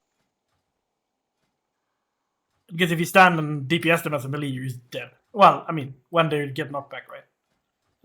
Also, slow traps, anything that helps them after they knocked back to not run back into us and kill us is very. Same thing here. We're gonna have to deal with this 2 times before phase 2. So it's basically just us learning how to prioritize our AoE knockbacks while aiming these mobs. Probably the hardest set of ads are Guardians of Nature. There are 3 of them. They do different things. That is kind of annoying. The first thing you need to know is they need to all die within a 12-second timer. Otherwise, they resurrect. So the first ad is called a Storm Lasher. He will just sap around, he basically saps around the area, dealing nature damage. He casts a pretty he's probably the easiest of 3 mobs to deal with because he's gonna sap around. He does a bit of AoE damage. You just need to make sure that you deal damage to him with the others. The Ancient Water Spirit needs to be tanked by one tank who needs to face him away. He does a frontal cone charge that does a lot of damage, as a frontal cone. That's his only ability. The third one is called the Snap Lasher, which probably will kill the tanks most of the time. The easiest way to deal with this mob is basically probably having a DK tank, not even a DK tank, but a DK DPS player switching into Frost Presence, and then using Icy Touch and Chains of Ice to tank. The reason for this is every time he hits, increases his damage to the point where he basically just one-shots your tank. And he stacks this up incredibly fast. You can also have like hunters tanking this and running it in a circle. But you need to slow him down because he's really fast, and obviously you need to kill him within the 3 adds. Also something we have to deal with 2 times. And after that, after you've dealt with all the adds 2 times each, you get the last phase, which is basically dealing with Freya. At this point, she still has the sunbeams. She still has the Lifebinder's Gift, the small trees we have to kill. And she has something called Nature Bombs, which basically just drops at a player's area. And after a short time, they explode. So it's just something we're going to like move back and forth with. The easiest way to deal with that mechanic, most of the time, well, I guess the standard way, right, is if you tank her where red is, and there is Nature Bombs on this side of the river, you go over to the other side of the river, and then, you tank her here until there's Nature Bombs, and then you run to the other side of the river again. The hard mode version of this is just what the 3 big trees around the area give all the adds and Freya. So Stonebark, which is that guy, he increases Freya's physical damage dealt by 50%. To be fair though, even with this buff, she does like negligible damage on the tank. She will also cause something called Ground Tremor, which causing like a lot of damage raid-wide. And also interrupts players if you are casting when this hits. This is probably where we're gonna have to use consecration, or not what's called concentration or mastery, and divine sacrifices to like survive. To deal with this ability, of course. But it's mostly like a healing ability to deal with. So Ironbark increases the physical damage dealt by all adds by 50%. Still not a huge deal. Just makes everything a little bit more annoying. Like everything does a bit more damage if you, for example, if you take aggro of something, you might die incredibly fast if you are not a type. This will also give something called Iron Roots, which need to be dispelled by like Freedom or any other dispel, I think. It roots players, which can obviously be really bad depending on what other things happen. If you need to get away from something, a lot of people can die by this, by just being rooted in the wrong, at the wrong time, right? Most likely, the easiest way to deal with it is having both Holy Paladins just rotate Blessing of Freedoms on whoever gets Iron Rooted. It's Or just play Druid. It's a web thing where you have to kill the things, I think, or remove it with effect, of course. But it's not dispellable. It's a thing where you have to go and kill the thing like a web. Oh yeah, sorry. You either kill it or Freedom.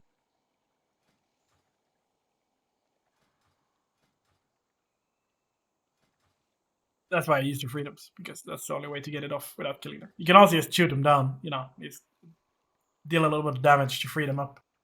And obviously, if the Paladins are freaking out because of all the healing going out, it might be better to just assign a couple of DPS to look out and kill them off fast. DPS Paladins. That's true. So the last tree increases all magical damage dealt by both Freya and her adds by 50%. This is probably the buff that is like the most annoying, because it obviously starts making a lot of stuff hurt a lot. She also gains an ability called Unstable Sunbeam. 2 of them will be cast at random in a raid, dealing damage, sizable magic damage to players standing in and around it. If both players spawn on the same, or like both beams spawn on 2 players standing next to each other, they will almost kill anyone around them. And that's it.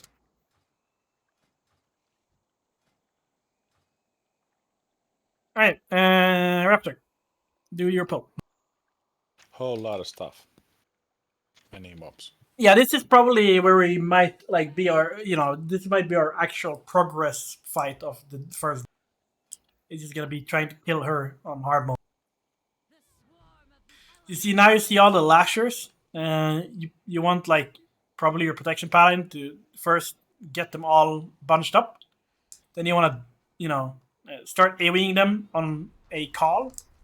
You don't want to do single target damage to them because you want them to evenly die. Because if you have this happening, what we have now, where they die one to one, they're gonna start doing insane damage. We won't be able to like actually kill them all off. So now you see the iron roots coming out that we need to kill off, and also we get the second wave, which is the 3 ads. You saw the water ad doing his frontal cone. The storm lasher is just gonna be around there doing his lightning stuff, and interrupted. Yeah. Can you get these ads slowed? These 3 ads, I don't think you can slow. 3 is growing. What about the small trees? The one that The small trees you can, or the small ones you can slow. Yeah. That's why we want to get them away from us and then slow them and then kill them off. Noogie. Oh yeah, so now we need to kill these within 12 seconds, and now we're gonna get the last ad. Soon, TM. That's the sunbeams. Do you have to get out?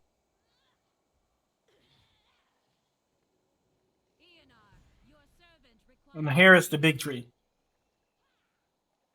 You see you're silenced until you get to the mushroom, and then if AoE or something happens like the sunbeams on one of these, you obviously need to run to a new mushroom, or you need to run to a mushroom where you can actually kill the ENR's gift. You do want to try to spread out on these though, find like max range mushrooms to like not all stand on the one. And you see I have that debuff which does AoE damage around me. So if I would be standing on people, I would have killed them. And then we kill this guy.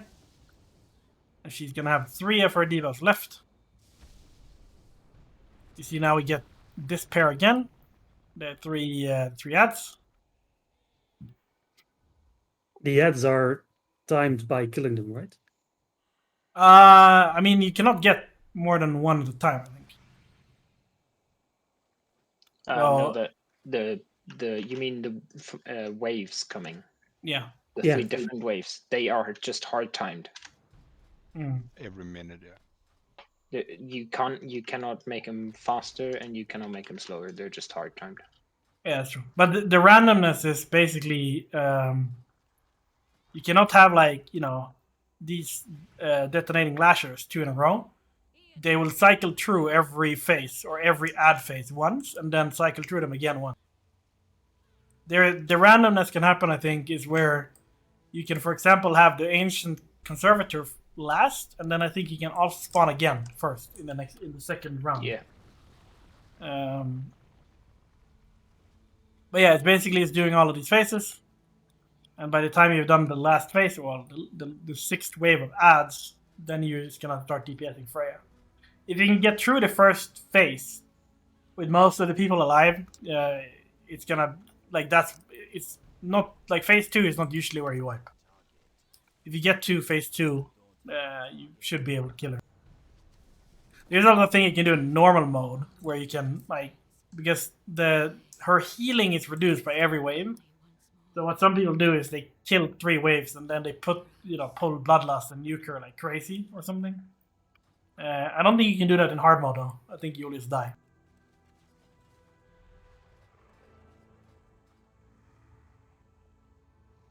Wait. Alright, 3 more bosses to go. Can do this before 11.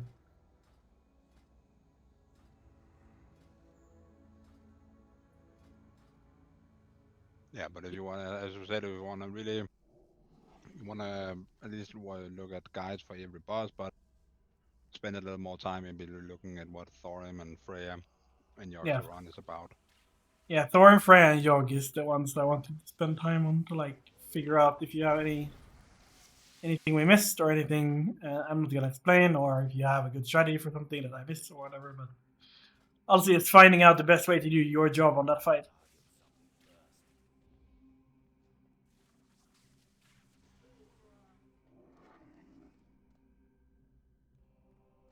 Yeah, respecting mechanics is back on the menu, so it's all Ulduar is a lot about trying to, of course, do the mechanics and then squeezing out as much performance as you can between those things. Yeah. Except Powder, there's a lot of like, do mechanic, then DPS, do mechanic, then DPS, do mechanic, then DPS. And if you fuck, or if you ignore the mechanic, you're dead. Yeah. Do not press the button. Yes, press it. I don't remember how to start this train. Just console in the front. Don't leave without me. Why are you so far behind? I'm playing. What is there need to Activate click? the tram button. Don't press it. What do we need to click? Always some asshole pressing it, and then we have to wait for the train. What do I press to make it take off? Back here. That console. So you can grief the people if you press the button. Then you have to wait for a minute or so. Yeah, Now are you gonna explain now comes- whole tactics for firefighter? Yes. Firefighter is easy. Definitely the first thing we're gonna do in hard mode. Especially on 10 man. Oh yeah. This is generally one of the best fights in the game.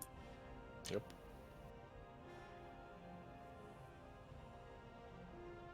Myron.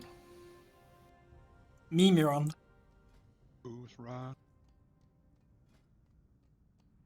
Alright, let's just talk about Mimiron because there's so many fucking things going on already.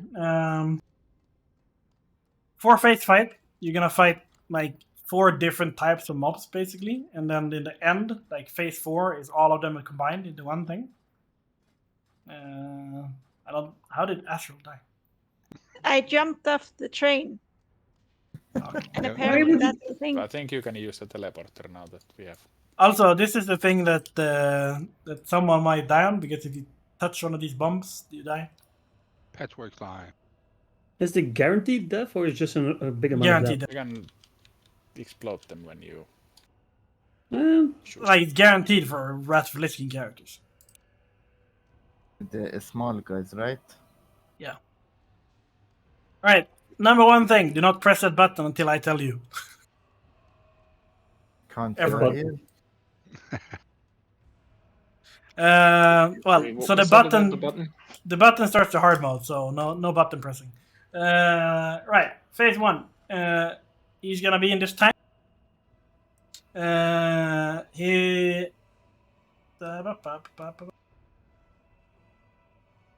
5, 4, 3, 2, 1.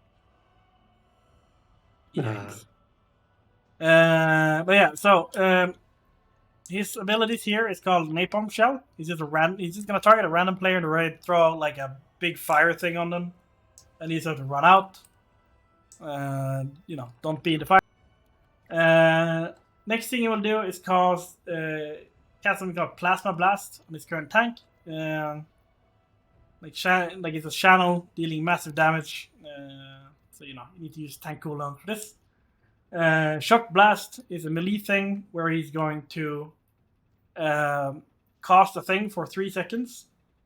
And after that, he's gonna do like a small AoE damage around him that kills everybody in the circle.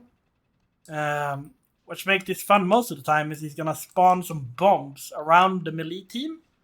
And if you run out and hit the bomb, you die. No, I don't think you die, but you take shit ton of damage. So like melee after a couple of seconds, before Shock Blast, it's a good idea to look where you can run. And I'm pretty sure the tank also have to run out. I don't remember that. Phase 2. He's gonna be like a chest thing. He doesn't actually melee swing. He just does like a hand cannon pulse, which randomly targets the player and does damage to them. And then he does something called Fire Nova, which is direct damage with dot, and not an issue unless unless you're close to him. Ah, never mind. Not an issue even with many players. Also. The last thing he does in that phase, well, he does two more things. He do something called cast rockets. He prefer ranged, and then he's just gonna shoot rockets after you. And you need to move out of this because it is lethal. And the last thing he's gonna do is basically like Cthulhu. He's gonna, but it's called Laser Blood Barrage. He's gonna start kind of twitching towards an area, and then after a couple of seconds, he's gonna start shooting like an absolute shit ton of lasers in that direction, moving either clockwise or anti-clockwise, which just means you need to, lap the room and not die to that laser. In phase 3, he's gonna be a little head flying above, which means melee cannot hit. At this point, he's gonna do something called Plasma Ball, which he fires every 2 seconds for 8 to 10,000 damage. I think a lot of people use a Warlock to tank this, to just have someone constantly take it instead of random players, because it does a shit ton of damage. I've heard also you could use, like, some people use Death Knight's Icy Touch spamming here, but it's probably better with a Warlock. He also spawns, like, bots, which is for melee to do, or deal with. One thing he spawns is a bomb bot. Let's see here. It has low health and it should be killed from range, as it will detonate if it reaches target. And also does a lot of damage to the player if it hits. The assault bots are tank ads that are spawned on locations by red beams. Dealing high melee damage, obviously you need to tank them. When the assault bots die, they drop an item that you can pick up, and whoever pick up the item must move below the head and then click it, and then the head will come down and take extra damage. In phase 4, you get all of these things at the same time, kind of. You get a couple of mechanics from each phase. So the tank gives you the shock blast, like the thing the melee need to run out of, and the landmines. The middle gives you the rocket launches and the laser barrages that you need to run around in the room for. And the head has the plasma balls that just hits its current target. There will be no ads in this phase. So you basically have one Warlock tanking the plasma ball, and the tank tanking the tank part of the tank of the boss. And then you have to deal with a lot of rockets. And kill them at the same time. Yeah, so they basically have... you're gonna put ranged on the top one and some on the middle one. You're gonna put melee on the bottom one and some on the middle one. And the one everyone can hit. Yeah, and then you just basically hit them down together. So Raptor. And multi-dotting is very strong here. And cleaves and stuff. Yeah, multiple dots are.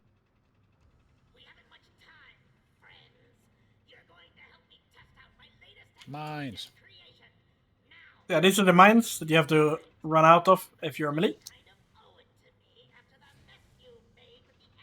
Got the Napalm And then you shell. see the plasma blast coming out, so that's on the tank, the damage. They just have to be AMS kicked out. And here's the shock blast that all the melee runs out of. I don't think the tank can move. I think he follows at that point. And then he throws more bombs. I think it's stationary, but I'm not 100% sure. I'll try next time. Right. So let's go phase 2. Room. I also remember as a paladin, you could bubble and just take out all of these mines after a while.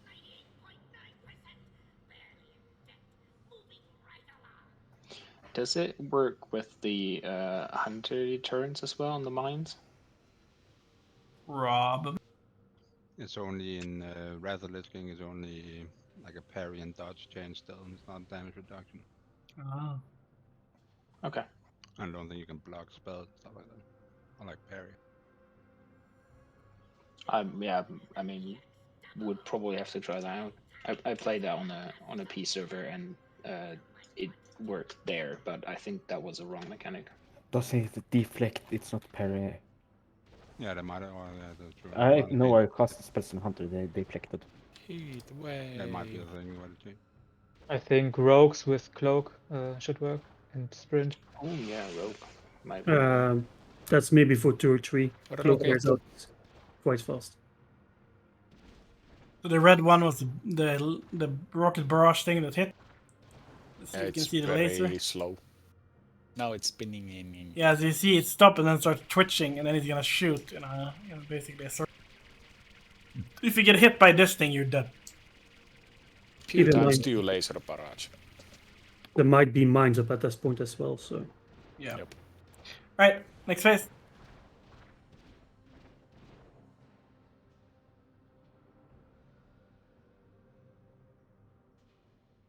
Thank you, friends. Your efforts have yielded some fantastic data. Now, where did I put? Oh, no, there it is. Thank you. I think this phase, the head phase, is probably where you might want to lust here just to get, because this is a phase that just takes forever, honestly.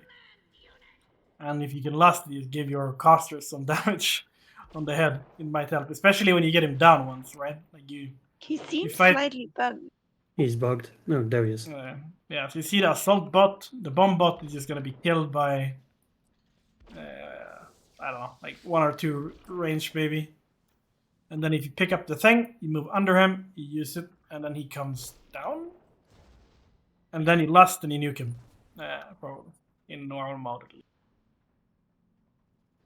I've heard some people do that in hero or in hard mode as well, just because of how long this phase takes, and you want to be out of it as soon. And then when the phase 3 is done, he's gonna connect all the things and be a big boy. Testing phase complete. Now comes the Transform. You also have a bit of recovery time between each phase. Yep. Bandages are useful. At this point, you're gonna be tanking him in the bottom, and then kill all the ads or all the what do you call it, like the bosses at the same time. And he's gonna do lasers. He's gonna shoot things on the caster, the plasma ball.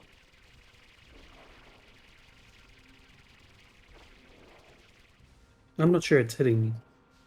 No. Oh, we need to shoot.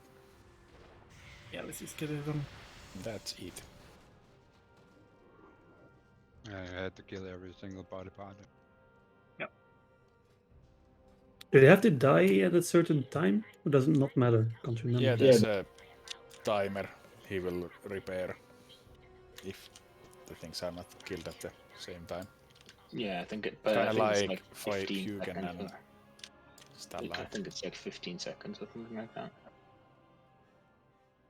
And then after obviously you've killed all of those bosses, you're gonna get what's called access to the last 2, which is under where we've been fighting everything else.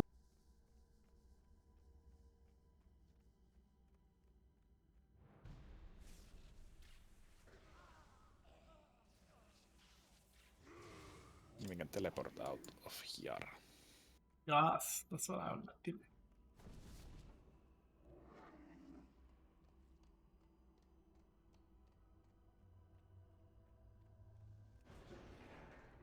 I said the shittiest thing for General Vessex, especially if you're gonna do hard mode attempts, is it takes so fucking long to run down to him every time you die. It's like easily like a 5-10 minute walk, like walk back from wiping on him to coming like back.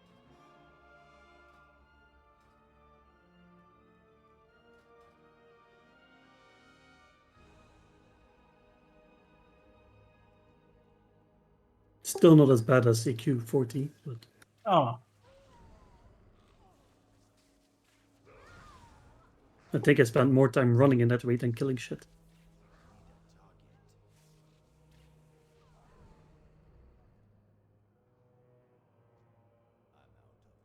General Tentacle phase. you guys can clear the trash while I talk. Right, General Vesax is a very interesting encounter. On hard mode, it's basically a full healing fight, more than anything else. Obviously, normal mode slightly different, still a healing fight though. He's immune to any taunts, so if you pull aggro, we wipe.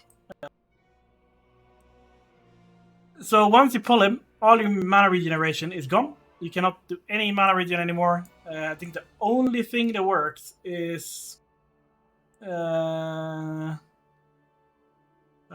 yeah, Retribution Paladins and Enhancement Shamans get a slight increase in mana to actually be able to do any damage in this entire boss fight. It also reduces attack speed by 20% because fuck melee.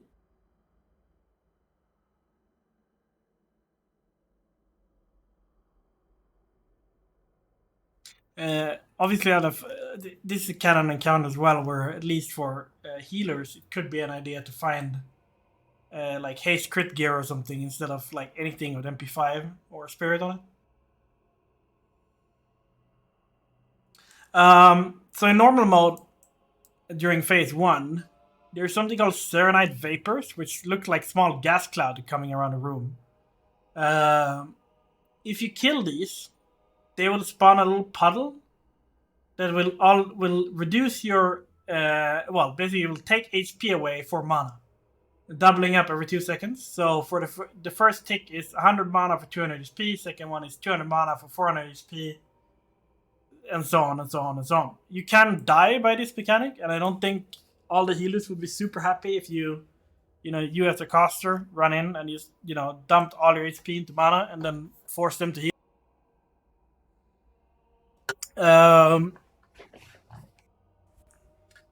Let's see here. Also, as kind of like a, what would you say? Kind of like as a little practice for hard modes is that healers should try to avoid using this mechanic as much as possible, and only run in if they really have to. Because in hard mode you cannot do this at all. You need to heal for almost 6 minutes straight without going for some reason.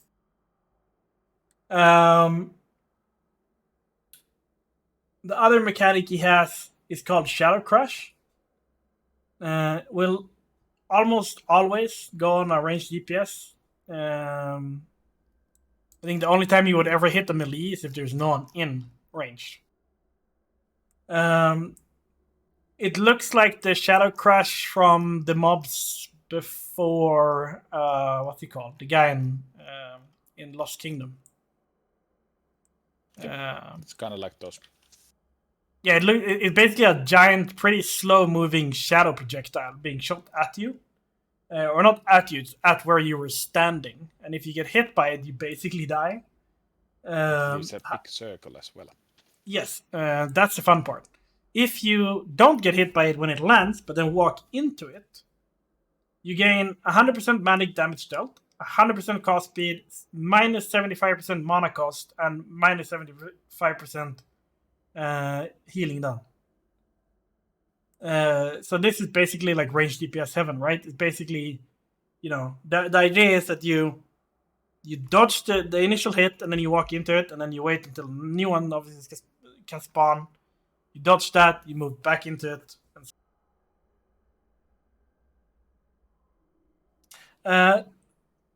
Sometimes he's gonna do something called Mark of the Faceless on one random player, also preferred range.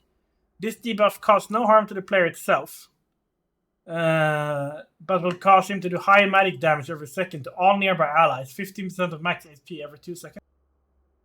Every tick heals Vesax as well for the same amount. So it's very important that we have Mortal Strike on him and so on, and also that the player that gets Mark of the Faceless run the fuck out as soon as possible. And so just so you know that Blizzard didn't forget that melee exists as an actual thing.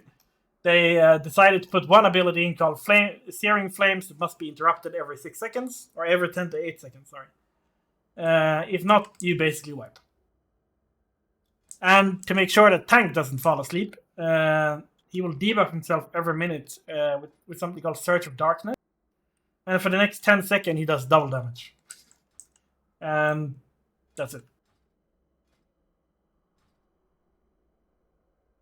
So for melee and Dodge and tanks, run away.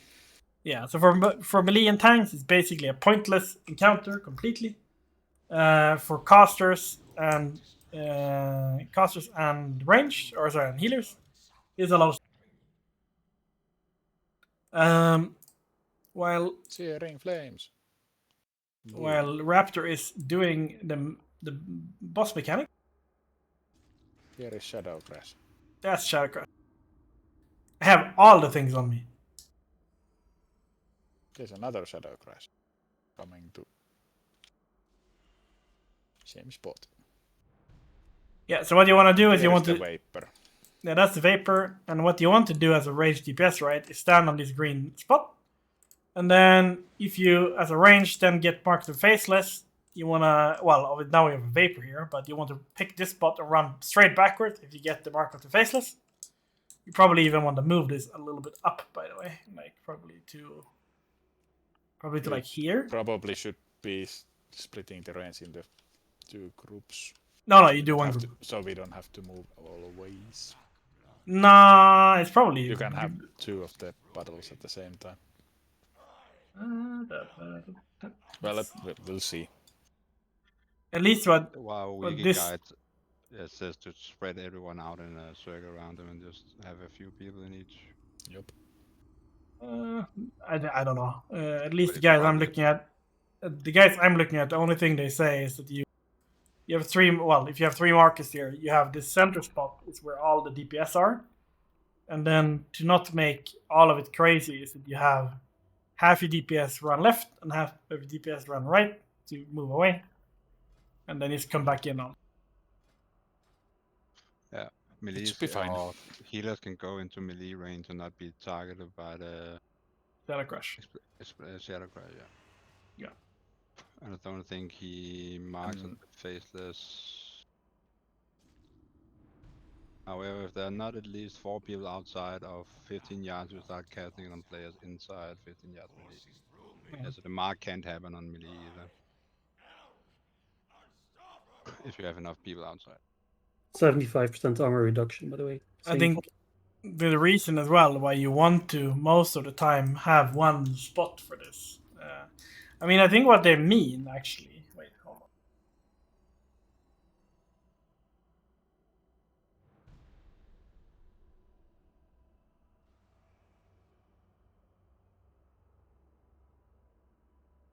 Since if you're standing in one pile, everyone has to move every 10 seconds. But little bit of spread, and then it's like every 30 seconds. I don't know. Even the pictures I see is just one spot. Yeah, I guess we can spread out around the puddle and hope that it will land on the side. And see what works best for us when we get there. Yeah. But it's definitely about like just looking up in the air at all times so you can see if there's shadow crashes coming for you. If they are, then put that to the side. So the hard mode is not killing any Shadow Knights. The hard mode is what's it called?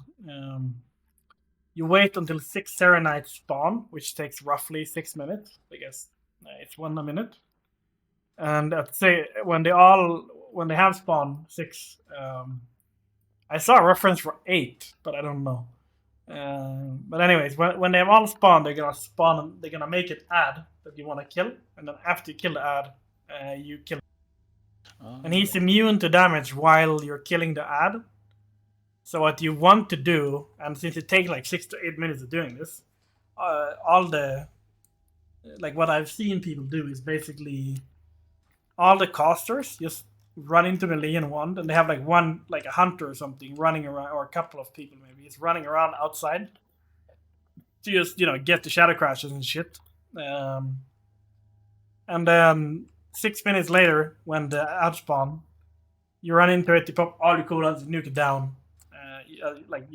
All the casters run into the shadow crash, all the melee run towards the ad. You just nuke it down and then you kill the boss. And hopefully the boss is very close to like 1% HP by the time the ad spawns. Yep. And I mean, what makes it a healing fight, obviously, is that for like, I think if you do normal DPS, you would kill him in what, 2 minutes, 3 minutes, maybe? So you can slack so much on the DPS side of things until that ad spawns. You always need to like make sure you don't kill the boss. Over it.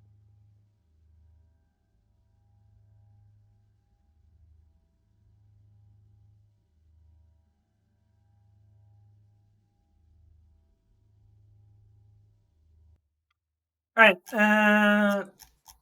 last boss fight.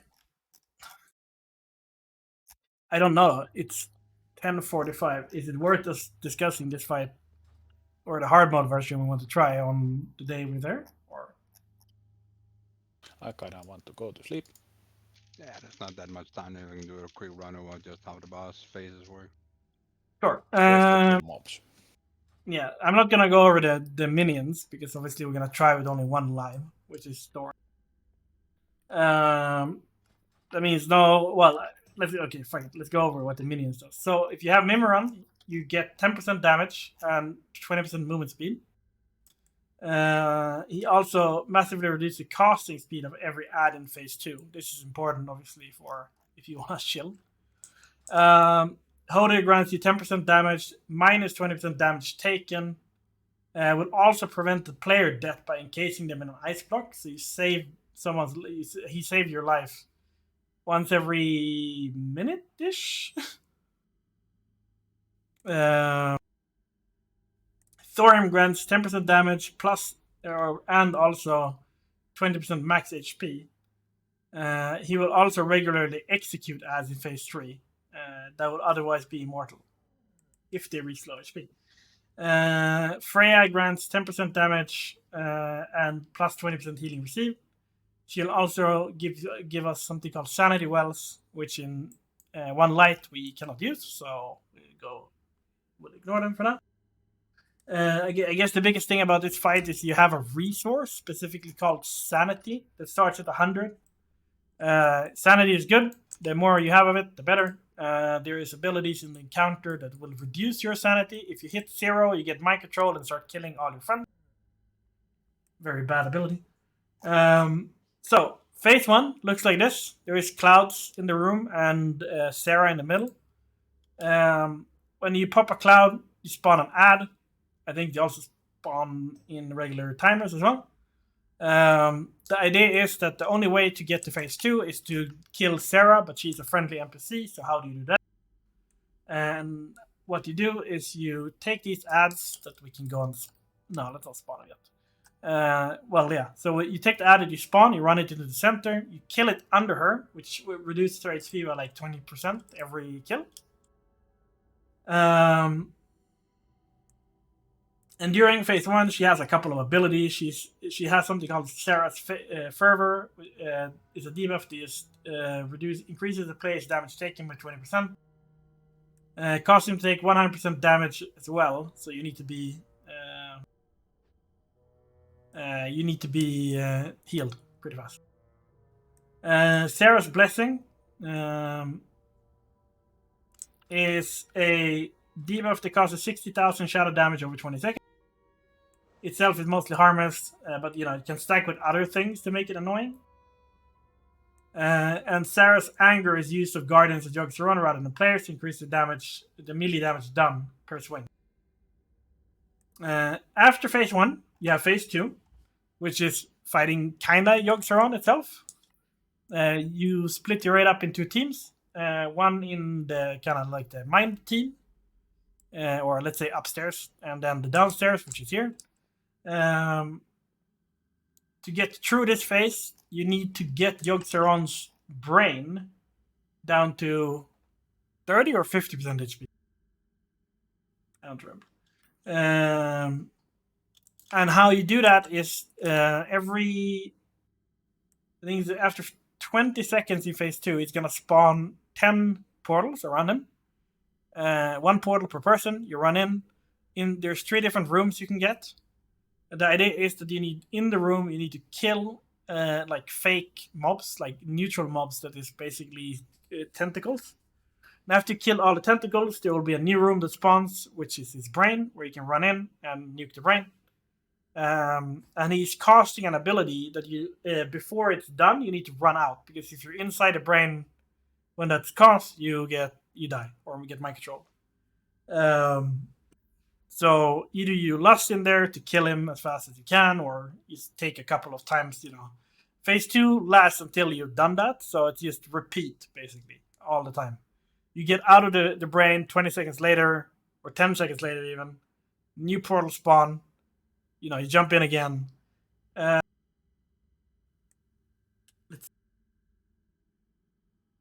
Inside the brain, there's also these things that look like what the hell like kind of floating skulls, and they will reduce your sanity by 2 every second or so if you look at them.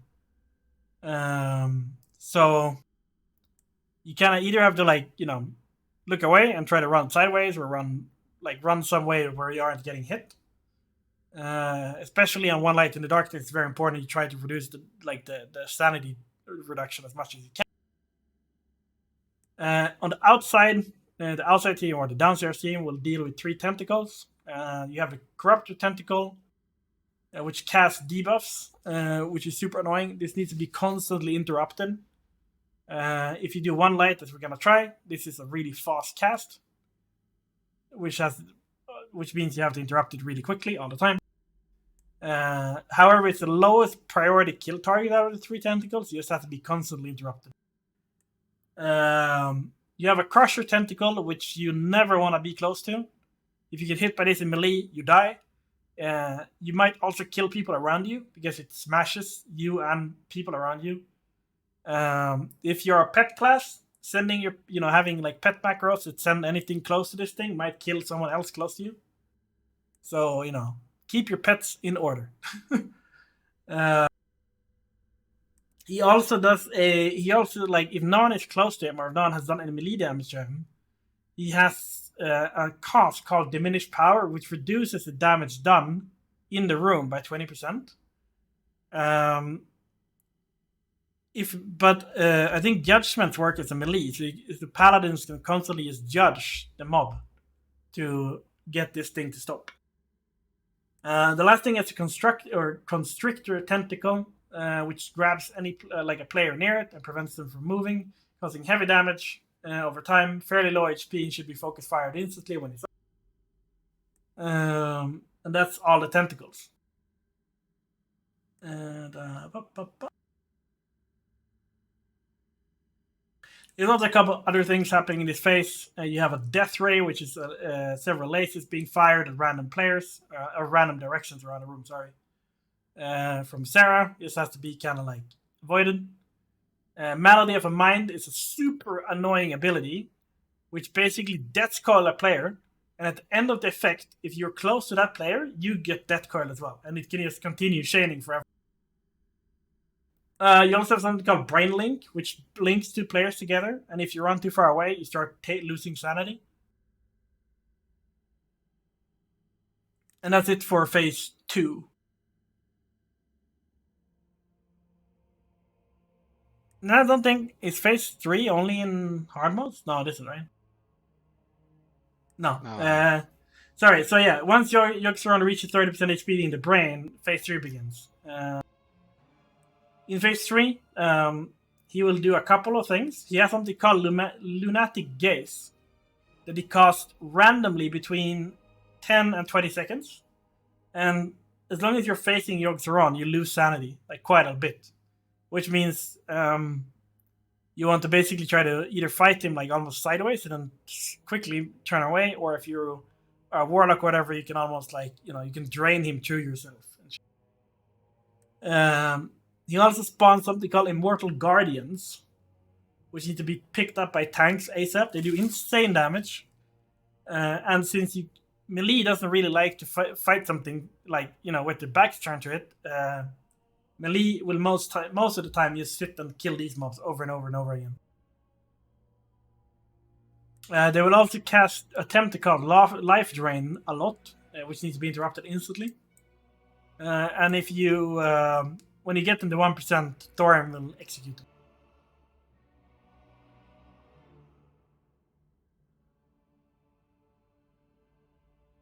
And that's it.